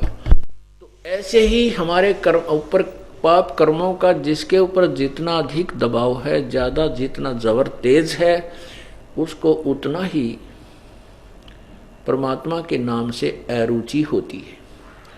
और जब वो ट्रीटमेंट में आता है, सत्संग में आता है, तो उसको प्रारंभ में तो ये सत्संग कति कड़वा लगेगा। और इसका इलाज क्या है, ये कड़वा लगे चाहे मीठा लगे, ये तो आपने घंटे 2 घंटे इस सत्संग को सुनना ही चाहिए। ये कड़वा लगे ना अच्छा लगे तो भी सुनना ही चाहिए। जैसे कुनीन की फांकी हम ना चाहते हुए मार ही जाते हैं, लगा जाते हैं। और वही कड़वी दवाई जो हमारे बुखार को समाप्त करती है, नष्ट, रोग को नष्ट कर देती है, फिर हमें वही आहार अच्छा लगता है। ऐसे ही ये परमात्मा के वचन जो हैं, ये ही कानों के माध्यम से इंजेक्शन रूप में आपके अंदर जाते हैं, और धीरे धीरे आपके अंदर जो पाप हैं, क्योंकि कुछ ऐसे पाप होते हैं जो वाणी से, इस ज्ञान यज्ञ से नष्ट होते हैं। परमात्मा की वाणी का बहुत जबरदस्त असर होता है। आपने क्या देखा है, जाड़े लानिए क्या करते हैं, एक मंत्र सिद्ध कर लेते हैं, उसको हजारों लाखों बार एक श्लोक को पढ़ लेते हैं, और उसके अंदर उनकी बैटरी चार्ज हो जाती है। उस शब्द की जो मंत्र के बार बार रिपीटेशन करने से उसमें सिद्धि आ गई, वो उसमें कमाई बन गई उसकी, और वो फिर जाड़े में ख़त्म करने लग जाता है। फिर आप विगत बन जाता है, वो जाड़े लानी है तो फिर किसी खाते में है ही नहीं, लवाने वाले तो। ऐसे ही ये बार बार जो सत्संग आपको सुनाए जाते हैं, परमात्मा की वाणी वचन, ये अंदर जाकर के आपके अंदर डिपॉजिट होते हैं, और पाप को ये खत्म करना प्रारंभ। कुछ ऐसे पाप होते हैं जो ज्ञान यानी वचनों से, संत के परमात्मा की वाणी से भी नरम होते हैं। कुछ ऐसे पाप होते हैं जो संत के दर्शन से समाप्त होते हैं, उसका और कोई विकल्प नहीं। धीरे धीरे जैसे आप वहाँ घर से चले यहाँ तक आए, तो वो पुण्य आपके बने। यहाँ तक आपके आने जाने में जो किराया भी लगता है, वो भी आपका पुण्य में ही काउंट होता है, लिखा जाता है। तो ऐसे धीरे धीरे पाप पुण्य बढ़ते हैं, पाप अक्षीण होते हैं। तो कुछ दिनों के बाद जो आपको ये सारी जो कथाएं पहले अच्छी नहीं लगती थी, भगवान की चर्चा अच्छी नहीं लगती थी, फिर इतनी स्वादिष्ट लगती है कि 200 किलोमीटर जा कर के भी ये सत्संग सुनता है। इतनी इतनी जबरदस्त आत्मा को भूख लगती है। ऋषि का परिणाम है कि 15वें दिन 12-13 दिन के बाद समागम आता है, और जिनका बुखार कति नरमा गया उतर चुका है, उनको ऐसी भूख लगती है कि वो डटे नहीं डटते। मुझे मालूम है हमारा समाज कैसा है और क्या संघर्ष करना पड़ता है हमारे को, क्योंकि पहले तो हम वो गलत साधना करते थे, सारे जकड़े पड़े थे उसमें। अब वहाँ एक घर में 2 सदस्य नाम ले रखा है, बाकी नहीं ले रखा, तो वो दीदे का ले उठा लेगा, जोड़ा आएगा समागम इनका है, घर देखता ना, फलान देखते नहीं। तो वो भी ताने सुनने और अपना उद्देश्य भी पूरा करना। कितना संघर्ष के बाद इतनी पुण्यात्मा परमात्मा की निखर चुकी हैं, और धीरे धीरे देख लेना ये सारा समाज बदल जाएगा, क्योंकि सत्य तो सत्य ही रहती है। तो पुण्यात्मा यही कारण है कि हम इतने पाप में ग्रस्त हो चुके हैं कि धीरे धीरे 1, 2, 4, 10 सत्संग में तेन समझ में आती यू कह क्या रहा है, क्योंकि हमने कथाएं सारी उल्ट सुन रखी, सारा ज्ञान ही उन भगवानों के ऊपर आधारित सुन रखा है जिनकी कोई अस्तित्व नहीं है, उनको हमने सुप्रीम पावर मान रखा। तो एकदम हमारा ज्ञान अलग, हमारा भगवान न्यारा, और सब क्रियाएं जो अकॉर्डिंग टू द शास्त्र हैं, पहले हम शास्त्र विरुद्ध कर रहे थे, वो सारी उलट। तो इसलिए एक बार तो भाई आजा वह करे, तो खेचा तानी बनेगी, लेकिन हम नहीं हट सकते, हम इस उद्देश्य को चेंज नहीं कर सकते, क्योंकि हमें अब ये यथार्थ रूप में प्राप्त हो गया और सब प्रमाणित हो चुका है। अब इसमें चाहे सर फूटो चाहे माथा, चाहे कोई राजी रहे, कोई गाली दे, बूंडा बोले, चाहे गुंडे कहो। मीराबाई से कहा करते कि इतने कोई गुंडी कहता है, कोई बूंदी कहता है, तो क्यों जाया करे सत्संग में, तेरी अक्ल मारी जा रही है। ने बोली बेबे मैंने कोई बूंदी कहो चाहे गुंडी कहो, मेरे तो यह बात समझ में आएगी, मैं तो वापस कदम कर नहीं सकती। आज उस मीराबाई का बहन का आदर के साथ प्रत्येक की जुबान पर नाम है, और जो इज्जत की भूखी थी आज वो गदी पे नहीं फिरे हैं, उन्हें कोई नहीं पूछता। जो इस मार्ग में नहीं चल सके वो दुख ही दुख शेष रह जाता उनके लिए। तो कहने का भाव ये है कि कागभूषण कहता है कि मैंने 6 महीने के बाद उपदेश ले लिया, और हमारा मैं उस ब्राह्मण के स्वभाव से, उसके व्यवहार से इतना प्रभावित था कि हम दोनों का, मैं बहुत सेवा करने लग गया उनकी, इतना प्रेम बन गया बहुत ज़्यादा। वो मुझे पुत्रवत प्यार करते थे, मैं भी उनका पिता की तरह सेवा करता था, कपड़े धोता, खूब अच्छा उनका श्रद्धा से आदर करता था। कुछ दिनों के बाद फिर क्या बीमारी हुई कि जो गुरुजी कथा सुनाते थे शिवपुराण की, वो शिवजी के पुजारी, वो कथाएं मेरे भी याद होगी, और मैं गुरुजी से भी अच्छी तरह लतीफेदार बना करके सुनाने लगा। अब श्रोतागण मेरे से कथा सुनने लगे, गुरुजी देर से आते, उससे पहले आ जाते और मेरे से कथा सुनने लगे। गुरुजी से अरुचि उन सब की होने लगी कि गुरुजी तो वृद्ध हो गए हैं, और मेरा गला भी अच्छा था और बहुत अच्छी तरह श्लोक बना कर सुनाने लगा, तो सभी मेरी प्रशंसा करने लगे। अब मैं अंडी पाक गया, अब मेरे अंदर वह प्रभुता समा गई जो इस मार्ग में दुश्मन है, शत्रु है। एक दिन मेरे पास मेरे जो प्रशंसक बैठे थे और मैं उनको अपनी वो मीठी वाणी सुना रहा था और सब मस्त थे। उधर से गुरुजी आ गए पूजा करने के लिए मंदिर में, तो मैं इस शर्म के मारे कि मैं अब क्या खड़ा होऊंगा, मेरी बेइज्जती होएगी, मेरे प्रशंसक मेरे पास बैठे हैं, तो मैंने खड़ा होकर के उनका सत्कार नहीं किया गुरुदेव का, और बैठे ही दर्शन कर लिए, नो नमस्कार नुमड़ा शीश झुका दिया। अब उस ब्राह्मण ने यानी गुरुदेव को कोई इस बात से लेना देना नहीं था, उन्होंने उनकी उद्देश्य अपना पूजा करने के लिए वो मस्थे जा रहे थे, जाके अपनी पूजा में लग गए शिव जी की मूर्ति के पास मंदिर में। मैं प्रांगण में बैठा था। तो उसी समय आकाशवाणी हुई कि हे त्रिलोचन, त्रिलोचन नाम था इस काकभूषण का उस समय, कि हे पाप आत्मा त्रिलोचन, तुझे 1,00,000 वर्ष के लिए नरक में डाला जाएगा। अब ये आकाशवाणी ब्राह्मण ने भी सुन ली। अब ब्राह्मण ने कहा, अरे बेटा इधर आ, क्या गलती होगी, भगवान ने आपको क्यों श्राप दिया? अक्षमा याचना कर परमात्मा से, भगवान शिव से। और गुरुदेव ने भी बहुत आदर से और भगवान की स्तुति की, बालक है, माफ़ कर दो प्रभु, आप तो दयालु हैं, बच्चा है, कोई गलती होगी, आगे से नहीं करेगा, मांग बेटा माफ़ी परमात्मा। अब कहते हैं पिता को अपनी संतान बहुत ही प्रिय होती है। पिता से 100 गुना माँ को प्यारे होते हैं बच्चे, बालक। और गुरुदेव को माँ से भी 100 गुना ज़्यादा प्यारे होते हैं अपने शिष्य। अब जो इस पद पर आता है उसी को पता होता है। एक तो माता पिता को किसी भी संतान में भेदभाव नहीं होता,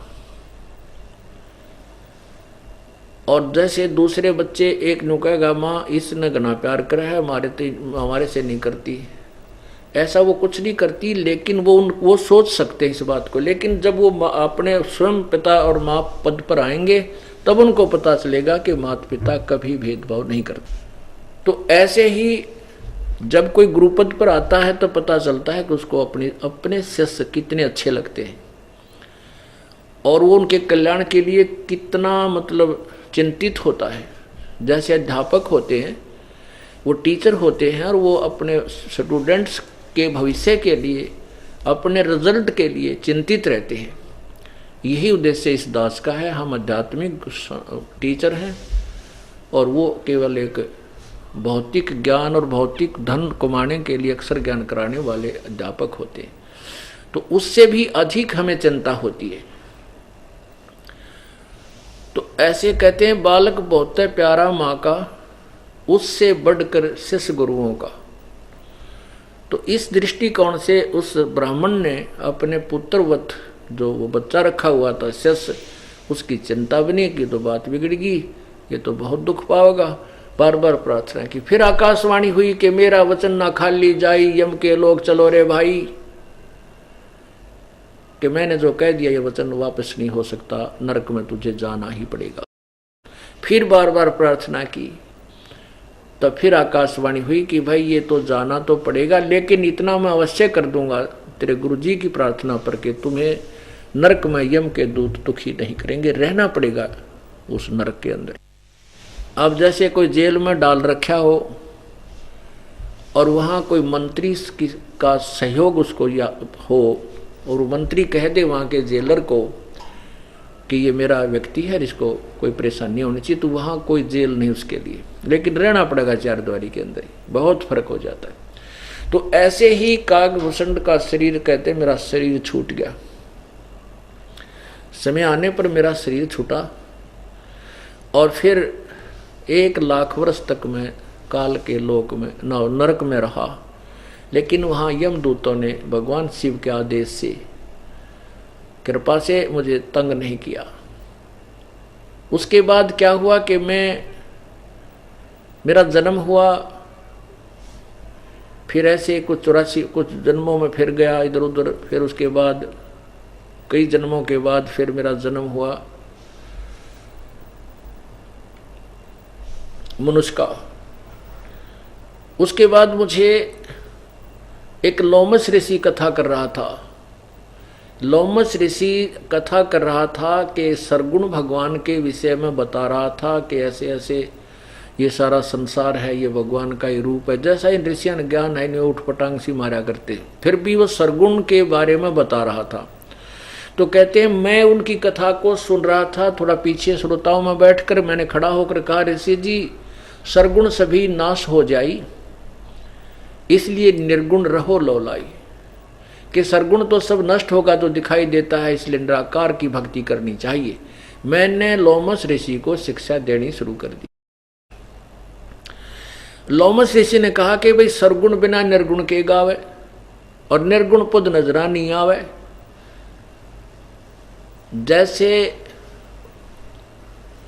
जैसे वृक्ष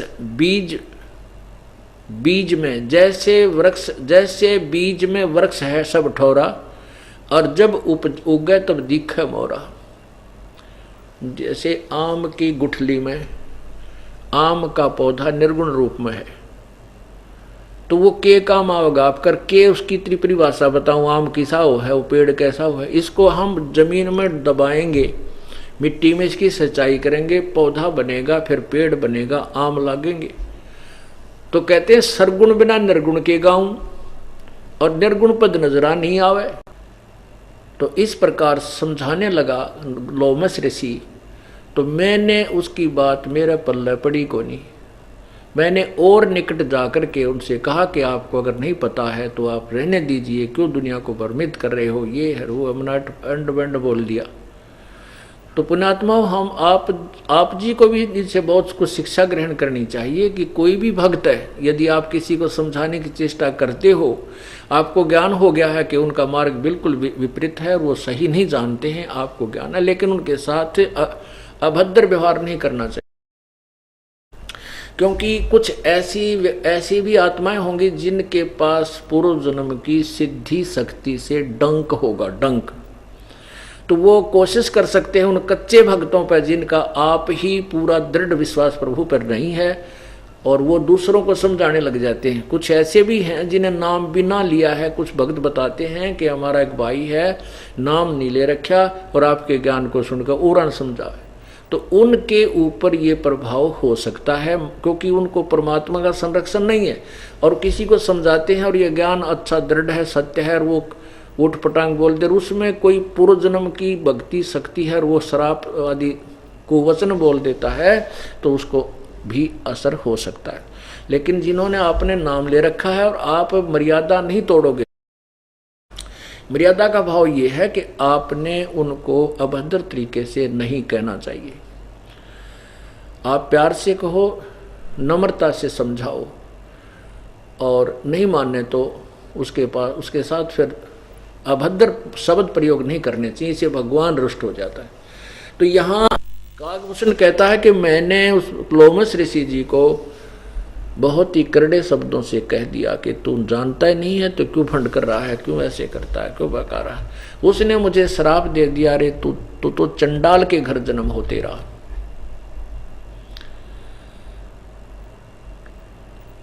अब मुझे समझ में आ गई कि ऋषि का वचन है, ये वापस नहीं हो सकता। मैंने चरण पकड़ लिए, माफी मांगी। उन्होंने जब मुझे श्राप दिया तो मैं क्रोधित नहीं हुआ, मैंने कोई प्रतिक्रिया नहीं की, ना तो और बात बिगड़ा हो। तो मैंने एक मायूस सा मुंह करके कि हे प्रभु, जैसे भी आपकी आज्ञा हो, आपका बच्चा हूँ, गलती होगी, आप कहीं भी जन्म दे देना, मुझे एक आशीर्वाद भी दे दो। तब लोमस ऋषि प्रसन्न हो गया, कहाँ बेटा मांग ले, कि मुझे ऐसा आशीर्वाद दो कि मेरे हृदय से भक्ति ना खत्म हो, जन्म तो चाहे कहीं पर भी दे देना। तब उस लोमस ऋषि ने कहा ठीक है भाई, जन्म तो तेरा वहीं होगा चंडाल के घर में, और बाकी भक्ति की याद तेरा रही रहेगी। अब उसके बाद कहते हैं मैंने लोमस ऋषि से उपदेश लिया, उनके बताया अनुसार कुछ साधना की, और समय आने पर मेरा वो शरीर छूट गया। उसके बाद फिर मैं ब्रह्मा की पत्नी के पास हंस सवारी है इनकी, वो हंसनी रखती हैं। हंसनी जब नए दूध होने लगी, अर्थात वो ऋतु पर आई, ऋतु हुई, तो उसको काग चंड के पास उसको गर्भ धारण कराने के लिए लेकर गई। तो उसके संयोग से फिर इसके कागभूषण का जन्म हुआ। ऊपर से गर्दन तो काग की है, नीचे से शरीर देवताओं जैसा है। उसके बाद कागभूषण, क्योंकि भक्ति की चाह तड़फ इसके अंदर बनी हुई थी, ऐसे ही संतों के विचार सुनता सुनता घूम रहा था, तो जोगजीत रूप से नाम से परमात्मा प्रकट हुए थे, कबीर परमेश्वर।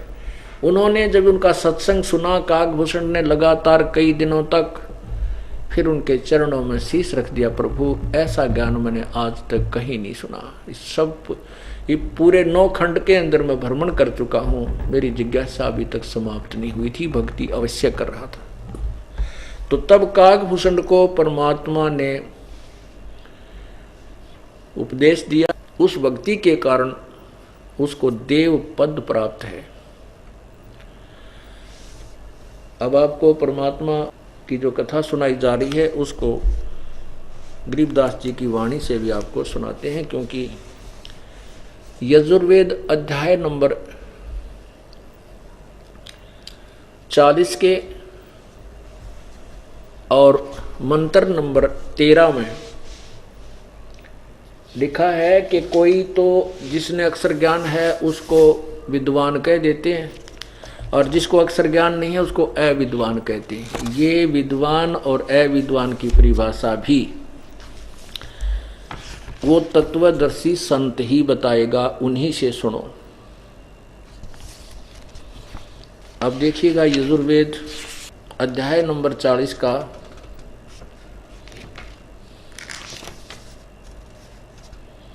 मंत्र नंबर 13, ये देखिएगा यजुर्वेद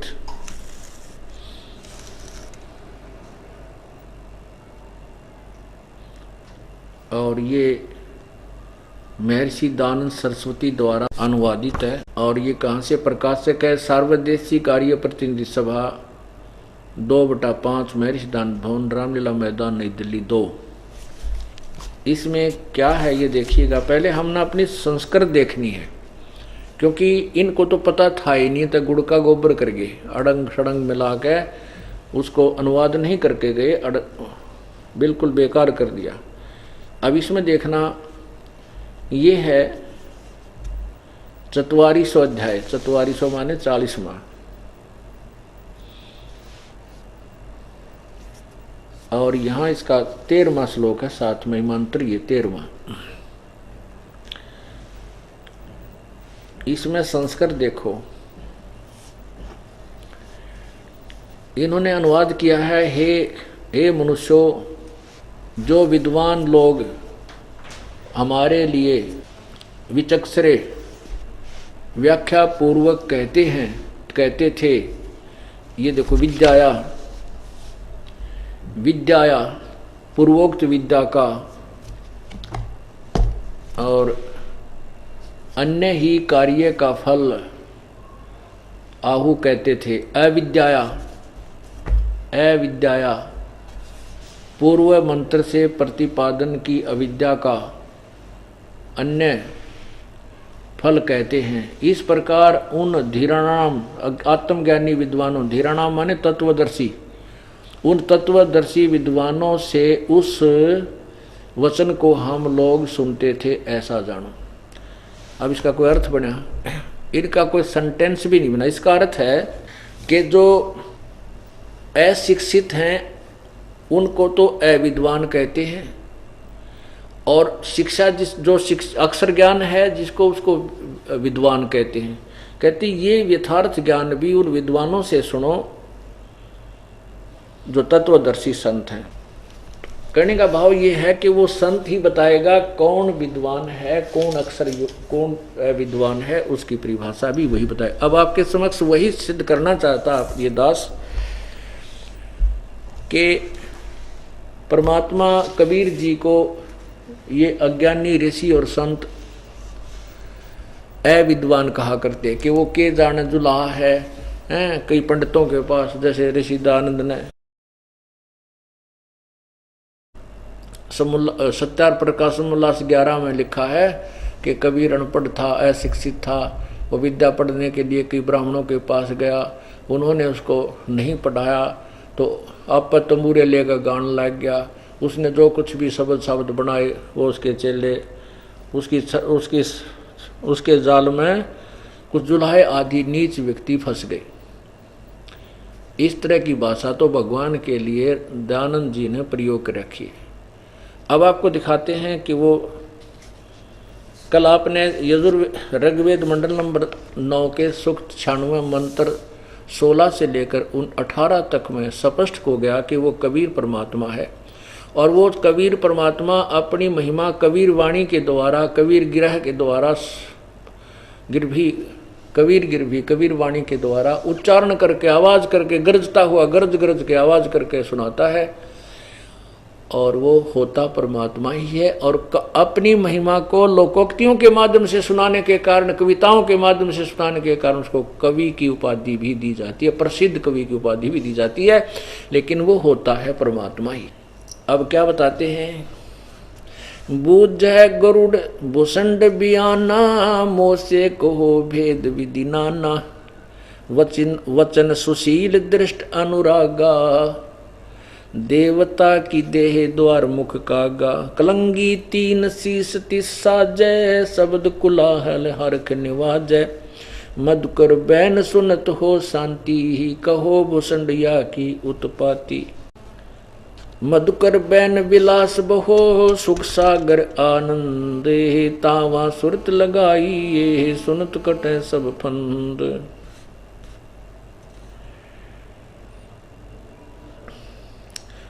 श्रवण सुमृत वचन उमेदा, धाम रसायन सब तन बेदा। वचन सुनत सुख होत आनंदा, भेद कहो निज परमानंदा।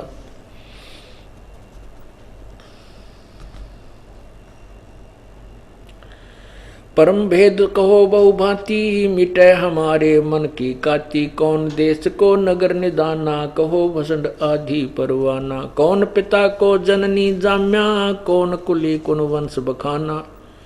कौन कुली कौन वंश बखाना, अरबन वर्ण कला परवेशा। तुमरी महिमा कर है शेषा, जल रूप जल स्वरूप कुछ तरंग न तेजम। इंद्री जीत चढ़े मन से जम, ब्रह्म निरूपण निर्गुण भेसा। कहो भूषणमय आज संदेशा, चंद्र का तेज सूरज की किरणा।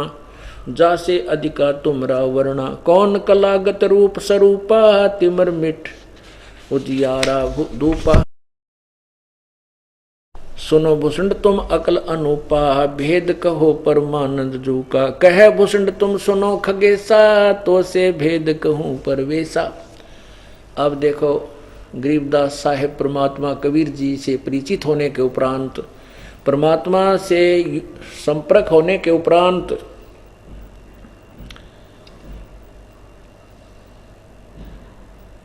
अब क्या बता रहे हैं और कैसी भाषा प्रयोग कर रहे हैं। एक अशिक्षित, अक्षर ज्ञान ना होते हुए भी कितनी शुद्ध भाषा बोल रहे हैं। कहे भूषण तुम सुनो खगेसा, तो से भेद कहूं परवेशा। खग, खग माने पक्षी, और पक्षियों के राजा गरुड़। जैसे नर ईश, नरेश राजा होता है, मनुष्यों का स्वामी, उसे नरेश कहते हैं। ऐसे खग माने पक्षी, और पक्षियों का जो राजा होता है उसको खगेश कहते हैं। कहते हैं कहे भूषण तुम सुनो खगेसा, तो से भेद कहूँ परवेशा। शंख कल्प युग गए बिहाई, पूर्व जन्म की कथा सुनाई। सुनो गुरुड़ बोरा आद संदेशा, शंख कल्प जुग हो गए थे जामन मरण जिहान। जन्म पूर्वला तुझे कहूँ सुनो खगेश सुजान। क्या बताते हैं कि पहले ना जाने कितने जन्म बर्बाद कर दिए थे। सुनो गुरुड़ मोरा आद संदेशा, भिन्न भिन्न वेद कहूँ खगेशा। शंख जन्म पूर्व पैल माला, गए जो मिथ्या नहीं संभाला। कहते मेरे पहले शंखों जन्म मनुष्य के बर्बाद हो गए थे, मैं नहीं संभाल पाया। मैंने कभी भी किसी जन्म में भक्ति प्रहार नहीं की, ऐसा मैंने अपने जीवनों को, मनुष्य जीवनों को बर्बाद किया। अवधपुरी एक नगर निधाना, ता अवतार धरे मोरे प्राणा। 20 वर्ष की उम्र पुनीता, मात पिता भय काल सनीपा। पड़ा काल दुर्भिक्षता ही, पृथ्वी डोल गई रे भाई। गरुड़ जी को बता रहे हैं काकभूषण जी के भाई, एक बार जब मैं 20 वर्ष की उम्र का था, एक दुर्भिक्ष काल, बहुत भयंकर काल पड़ा और मेरे माता पिता सब मृत्यु को प्राप्त हो गए। पड़ा काल दुर्भिक्ष ताही पृथ्वी डोल गई रे भाई। कहते पृथ्वी भी डोल गई, इतना इतना वहां पर नरसंहार हुआ, मर गए दुनिया प्राणी सब, पशु पक्षी तरफ तरफ के मर गए। पड़ा काल दुर्भिक्ष अपारा मनुष्य मनुष्य का करे आहारा। कितनी प्यारी लैंग्वेज बोली जा रही है गरीबदास साहेब जी, जो कभी पढ़े नहीं थे और अशिक्षित थे, और कितनी अच्छी लैंग्वेज उन्होंने बोला है। ये वो विद्वान थे।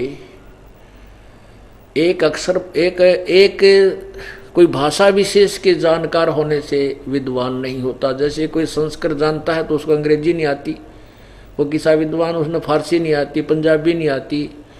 तो कबीर, ये परमात्मा जो है गरीबदास जी महाराज और कबीर साहब जी प्रत्येक लैंग्वेज को जानते थे। पृथ्वी पर जितनी भी भाषा है वो सभी का इन अपनी लैंग्वेज में, अपनी अमरवाणी में प्रयोग किया हुआ है।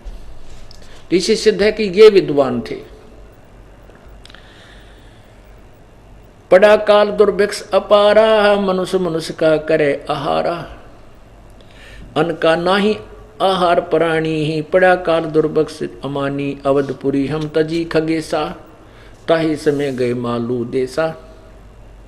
पूरी अवंती लीना बासा, जहाँ वहाँ नहीं अन्न की त्रासा, अन्न तो वहाँ पेट भर खाया, कह भूषण सुनो खगराया। कह भूषण सुनो खगराया।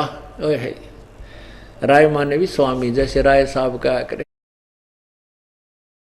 कि खग राय है, खग पक्षियों के मालिक, सुनो मेरी बात को। पंडित एक अवंती माही, कथा कर्ण शिव द्वारे जाही, सट मा सम संगति कीनी, बहुर तास की दीक्षा लीनी। टहल कर जिस पंडित केरी ही, गुरु चेले का भाव गनेरी। स्वामी करण गए स्नाना, पूजा अर्पण धूप ध्याना। शिव पूजा पंडित अर्थावे, बेल पत्र दरलिंग बनावे। शिव पूजा पंडित करे, जहाँ हम लिया निवास।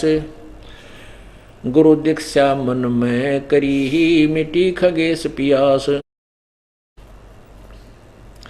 तन मन अर्पे फेरे माला, जाके ऊपर ईश दयाला। अब क्या बताते हैं कि वो भगवान शिव जी उस ब्राह्मण की पूजा से बहुत ही प्रभावित था, उसके ऊपर कुर्बान था, यानी उससे बहुत प्रसन्न था।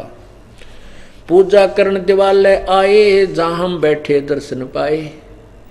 जब वो गुरुजी पूजा करने के लिए मंदिर में आए तो हमने बैठे बैठे उनके दर्शन किए, खड़ा होकर सत्कार नहीं किया। जिसका अब काग उस भगवान शिव ने आकाशवाणी करके कहा था, रे नालायक, जब तू अपने गुरुदेव का ही सत्कार नहीं कर रहा है तो मेरे लोक में आकर के तू मेरा ऐसे व्यवहार यहाँ करेगा। आपको बताया है कि गुरु मानुष कर जानते, तेनर कहिए अंध, होवे दुखी संसार में फिर आगे काल के फंद। कहते हैं जीवत जग में जूती पड़े, फिर जम तोड़े छाती। अब आपको यहाँ रिहर्सल कराई जा रही है कि गुरुजी के सामने जैसे हमने भगवान के साथ व्यवहार करना है ऐसा ही करना चाहिए, तभी हम उस लोक के प्राप्त करने के योग्य होंगे। यदि हम यहाँ व्यवहार गलत करते हैं तो वहाँ कैसे सुधार सकेंगे, और वहाँ व्यवहार ठीक ना होने से हम नीचे गिरते हैं। तो इसलिए गुरु मानुष कर जानते, तेनर कहिए अंध, ओवा दुखी संसार में भाई आग गए फिर हम के फंद। तो ऐसे ही भूषण जी ने जो मार खाई, जो फाउल पॉइंट्स थे उनके, वो हमने सावधान रहना है। आपा ने उन महापुरुषों के साथ बीती हुई कहानियों को अपने वर्तमान जीवन में अप्लीकेबल करना है, उनके अनुसार चलना है, और उनसे डरना है कि हम कहाँ गलती करते हैं। तो भगवान शिव ने कहा कि जब तू अपने गुरुदेव का ही ऐसा सत्कार करता है तो मेरे साथ क्या करेगा, मेरा तेरा क्या नाता है भाई। जब तुझे इतना प्यार देव है, तेरे को सब प्रकार की सुविधा दिया है, पुत्र की तरह प्यार करता, तू इसके साथ ऐसे नखरे करा तो मेरे साथ क्या करेगा। अंडरस्टूड है ये, इसमें कोई दो राय नहीं है, क्योंकि भगवान भी मनुष्य जैसा है। और भगवान यहाँ आ जाए तो तुम कितने दिन यहाँ क्या सारे बैठे रहोगे, यहाँ पर घर भी जाओगे, आओ भी गए, काम भी करोगे, दर्शन करने भी आओगे, आशीर्वाद ऐसे ही लोगे। तो अब ये दास उन्होंने भेज रखा है गुरु जो उनका प्रतिनिधि होता है, तो उसके साथ जो व्यवहार हम करते हैं, जैसा बर्ताव, जैसे उसके प्रति सोच रखते हैं, वहाँ आपकी एक फैक्स डेली होता है। और भगवान के कंप्यूटर में आपकी सब विचार, आपकी क्रियाएं, आपके अंदर का जो गुण अवगुण सभी विद्यमान मिलेगा। पूजा करण देवालय आए, देवालय, देवालय यानी जहाँ भगवान का घर बना लिया ना, उन देवालय बोलते हैं। भगवान का घर, आलय माने घर, देव माने भगवान, यानी वो शिव जी का जो शिवालय, शिव के रहने का स्थान जैसे हम बना लेते हैं, बाकी वैसे तो परमात्मा जहाँ भक्त रहता है उसके साथ ही है, चाहे वो कहीं भी रहे। तो वो पूजा, जैसे भगवान शिव का वो जो पुजारी था, पंडित जी था, वो उससे योग युक्त था, यानी जिस भी इष्ट की वो पूजा जैसी भी कर रहा था उससे वो प्रसन्न था। तो ऐसे ही हम जिस भी इष्ट की पूजा करें उसको रिझाना पड़ेगा, तब हम उसके पास जाने के योग्य होंगे। वो हमसे इतना ही प्यार करे जितना भगवान शिव अपने पुजारी यानी भक्त के से कर रहा था, और उसके साथ किसी ने थोड़ा दुर्व्यवहार किया तो उसका फल दिया उसको। ऐसे ही हमने, अगर वो अच्छा व्यवहार करेगा तो अच्छा फल देगा उसको, ये तो बट नेचुरल है। तो यहाँ क्या बताते हैं, पूजा करण देवालय आए, जहाँ हम बैठे दर्शन पाए, जहाँ शिव को मोह दिया सरापा, लाख वर्ष तुम जमपुर राखा। भगवान शिव ने मुझे श्राप दे दिया कि तुझे लाख वर्ष तक काल की नगरी में रखा जाएगा। पंडित सुना बचन शिव केरा, उठ चरण की न गुरु केरा। पंडित शिव का ध्यान लगाया, कल्प करी बालक बौराया। रे बालक धर शिव का ध्याना, ताते बख्श तेरे प्राणा। चार पहर पंडित को बीते, होए होए बहुर आवाज हुई मन चीते। मेरा बचन ना खाली जाई, जम के लोग चलो रे भाई। बहुर धरा पंडित जब ध्याना, बख्शो साहबिया के प्राणा। बहुत बार की अर्ज ठीका, बाणी अरस हुई शिवनी का। बहुर महादेव भय दयाला, जम का लोक भुगतो तत्काला। हमको लाग गया शंका संसा शोका, छूटी दे गए जम के लोका। तत्कालम आए शिव की दया गुरु वरथाए। जब हमको नहीं दीन तरासा, भुगता नहीं वो नरक निवासा। शिव स्वामी का की दया अपारा, फिर हम आन लिया अवतारा।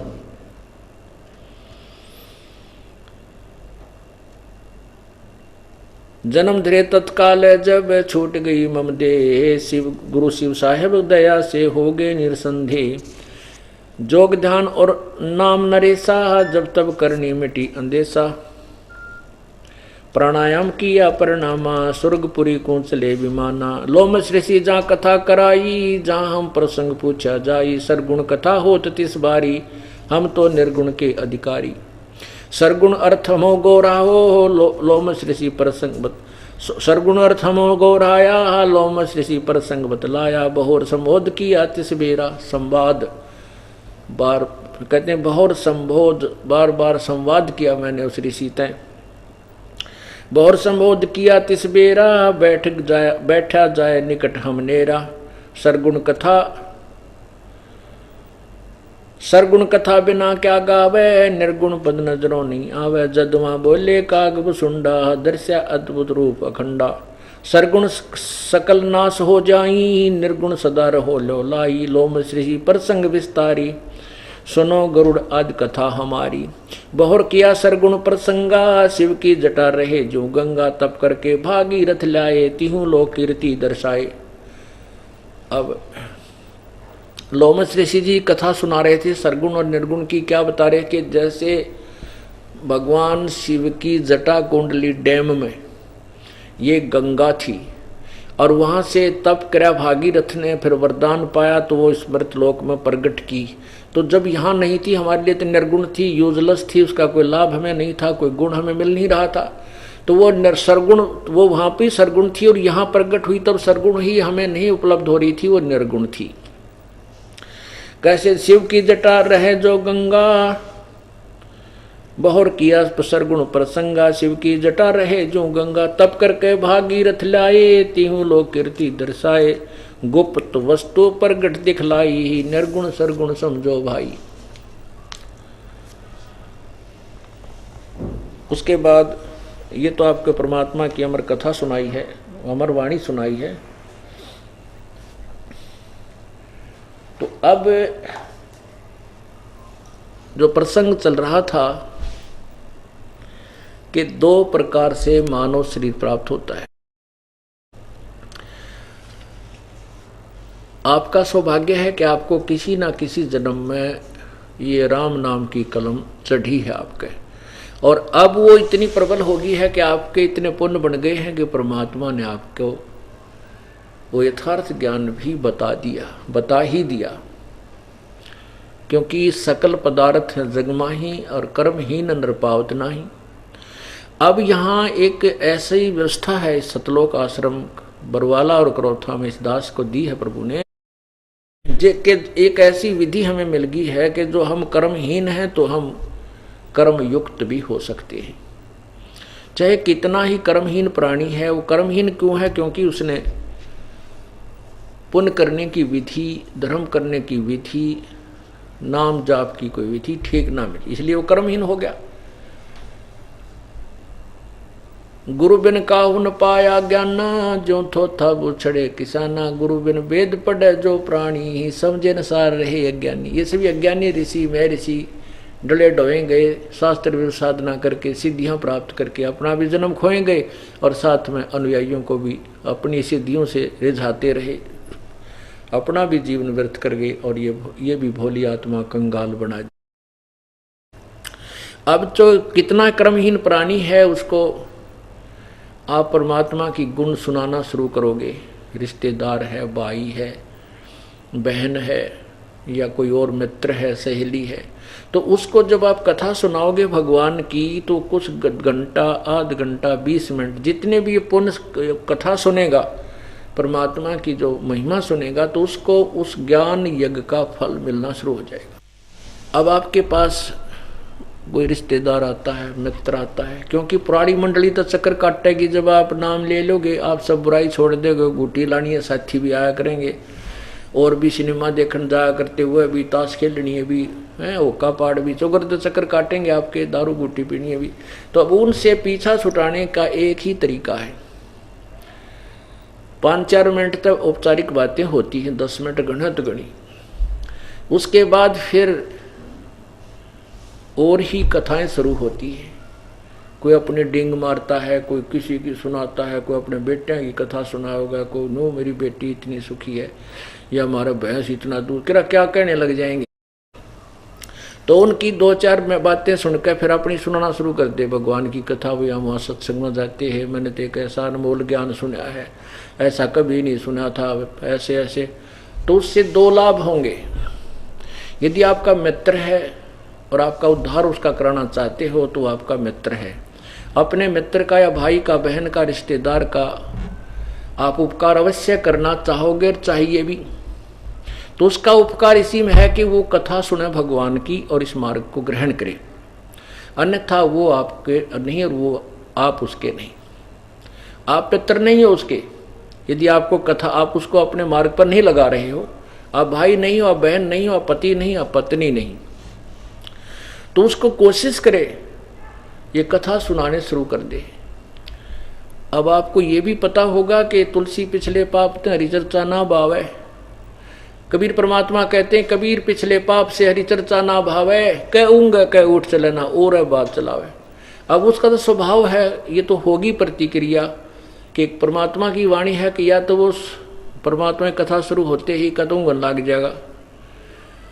जब उसने जानना जगह ना होगी, शाम का समय हो गया, रात काटनी पड़ेगी, तो वो आप सुनाओगे तो लटके लेने लग जाएगा, वो सो जाएगा, पड़ जा ठीक से, पांडा छूटा, अपनी भक्ति करो और सुना, इतने कथा सुनाओ। और आप कथा सुनाओगे जितने समय भी उसने सुना है आनाकानी करके, वो फल उसको अवश्य मिलेगा, क्योंकि वो ज्ञान यज्ञ का फल मिल गया, राहत मिली उसको कुछ उससे।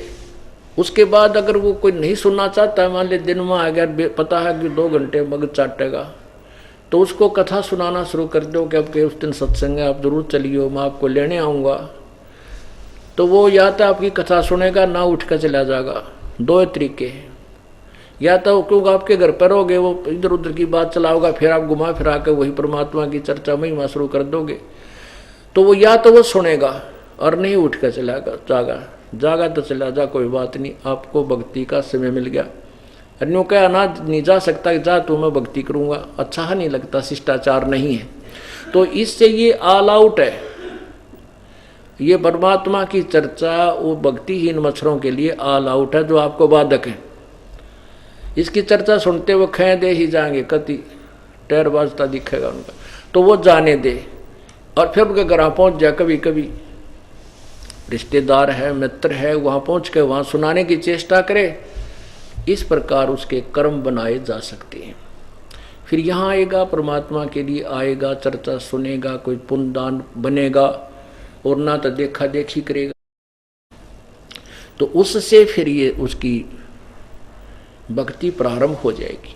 तो इससे दोनों थर्मामीटर आपको दे दिए कि यदि पुण्यात्मा है तो रुचि रुचि सुनेगा, एक दो बार आनाकानी हो सकती है, फिर उसको आप पे प्रेरणा होगी, वो स्वयं आने लग जाएगा। ये समझो कि मानव शरीर से आया हुआ प्राणी है और ये ग्रहण करेगा। समय अवश्य लगेगा, क्योंकि हम भगवान की भक्ति छोड़ने के बाद पूरे पाप इकट्ठे करते, पुण्य तो हमारे पास रहता ही नहीं। कहते हैं पृथ्वी ऊपर पग जो धारे है, करोड़ जीव एक दिन में मारे। ओए होए, इतने पाप हम एक पैर रखने में भी एक दिन में करोड़ों जीवों को मार करके विश्राम करते हैं। और उसको साफ करने का, उन पापों को नष्ट करने का कोई औषधि नहीं, कोई साबुन और पानी नहीं, तो मैला कपड़ा मैला ही होता जाता है। तो यहाँ परमात्मा के सत्संग में, अमृत से, भजन से पाप इतने होते हैं। लेकिन अब हम भजन सिमरण सेवा दान करते हैं, वो जैसे कपड़ा प्रतिदिन प्रयोग करने से मैला हो जाता है, तो प्रतिदिन साबुन और जल से उसको वाश किया जाता है, तो वो निर्मल रहता है, धोया जाता है।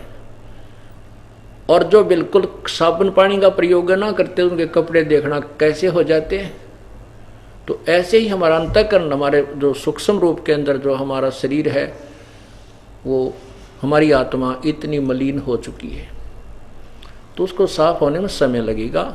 1 2 4 10 बार परमात्मा की महिमा सुनेंगे तो अवश्य उज्जवल होगा और उसका बुखार उतर जाएगा, भूख लगेगी, और फिर वही आत्मा 100 काम छोड़ के आत्म कल्याण के लिए परमात्मा के दरबार में दौड़ के आएगा। और यही तरीका है प्रभु पाने का और आत्म कल्याण कराने का। सत सही।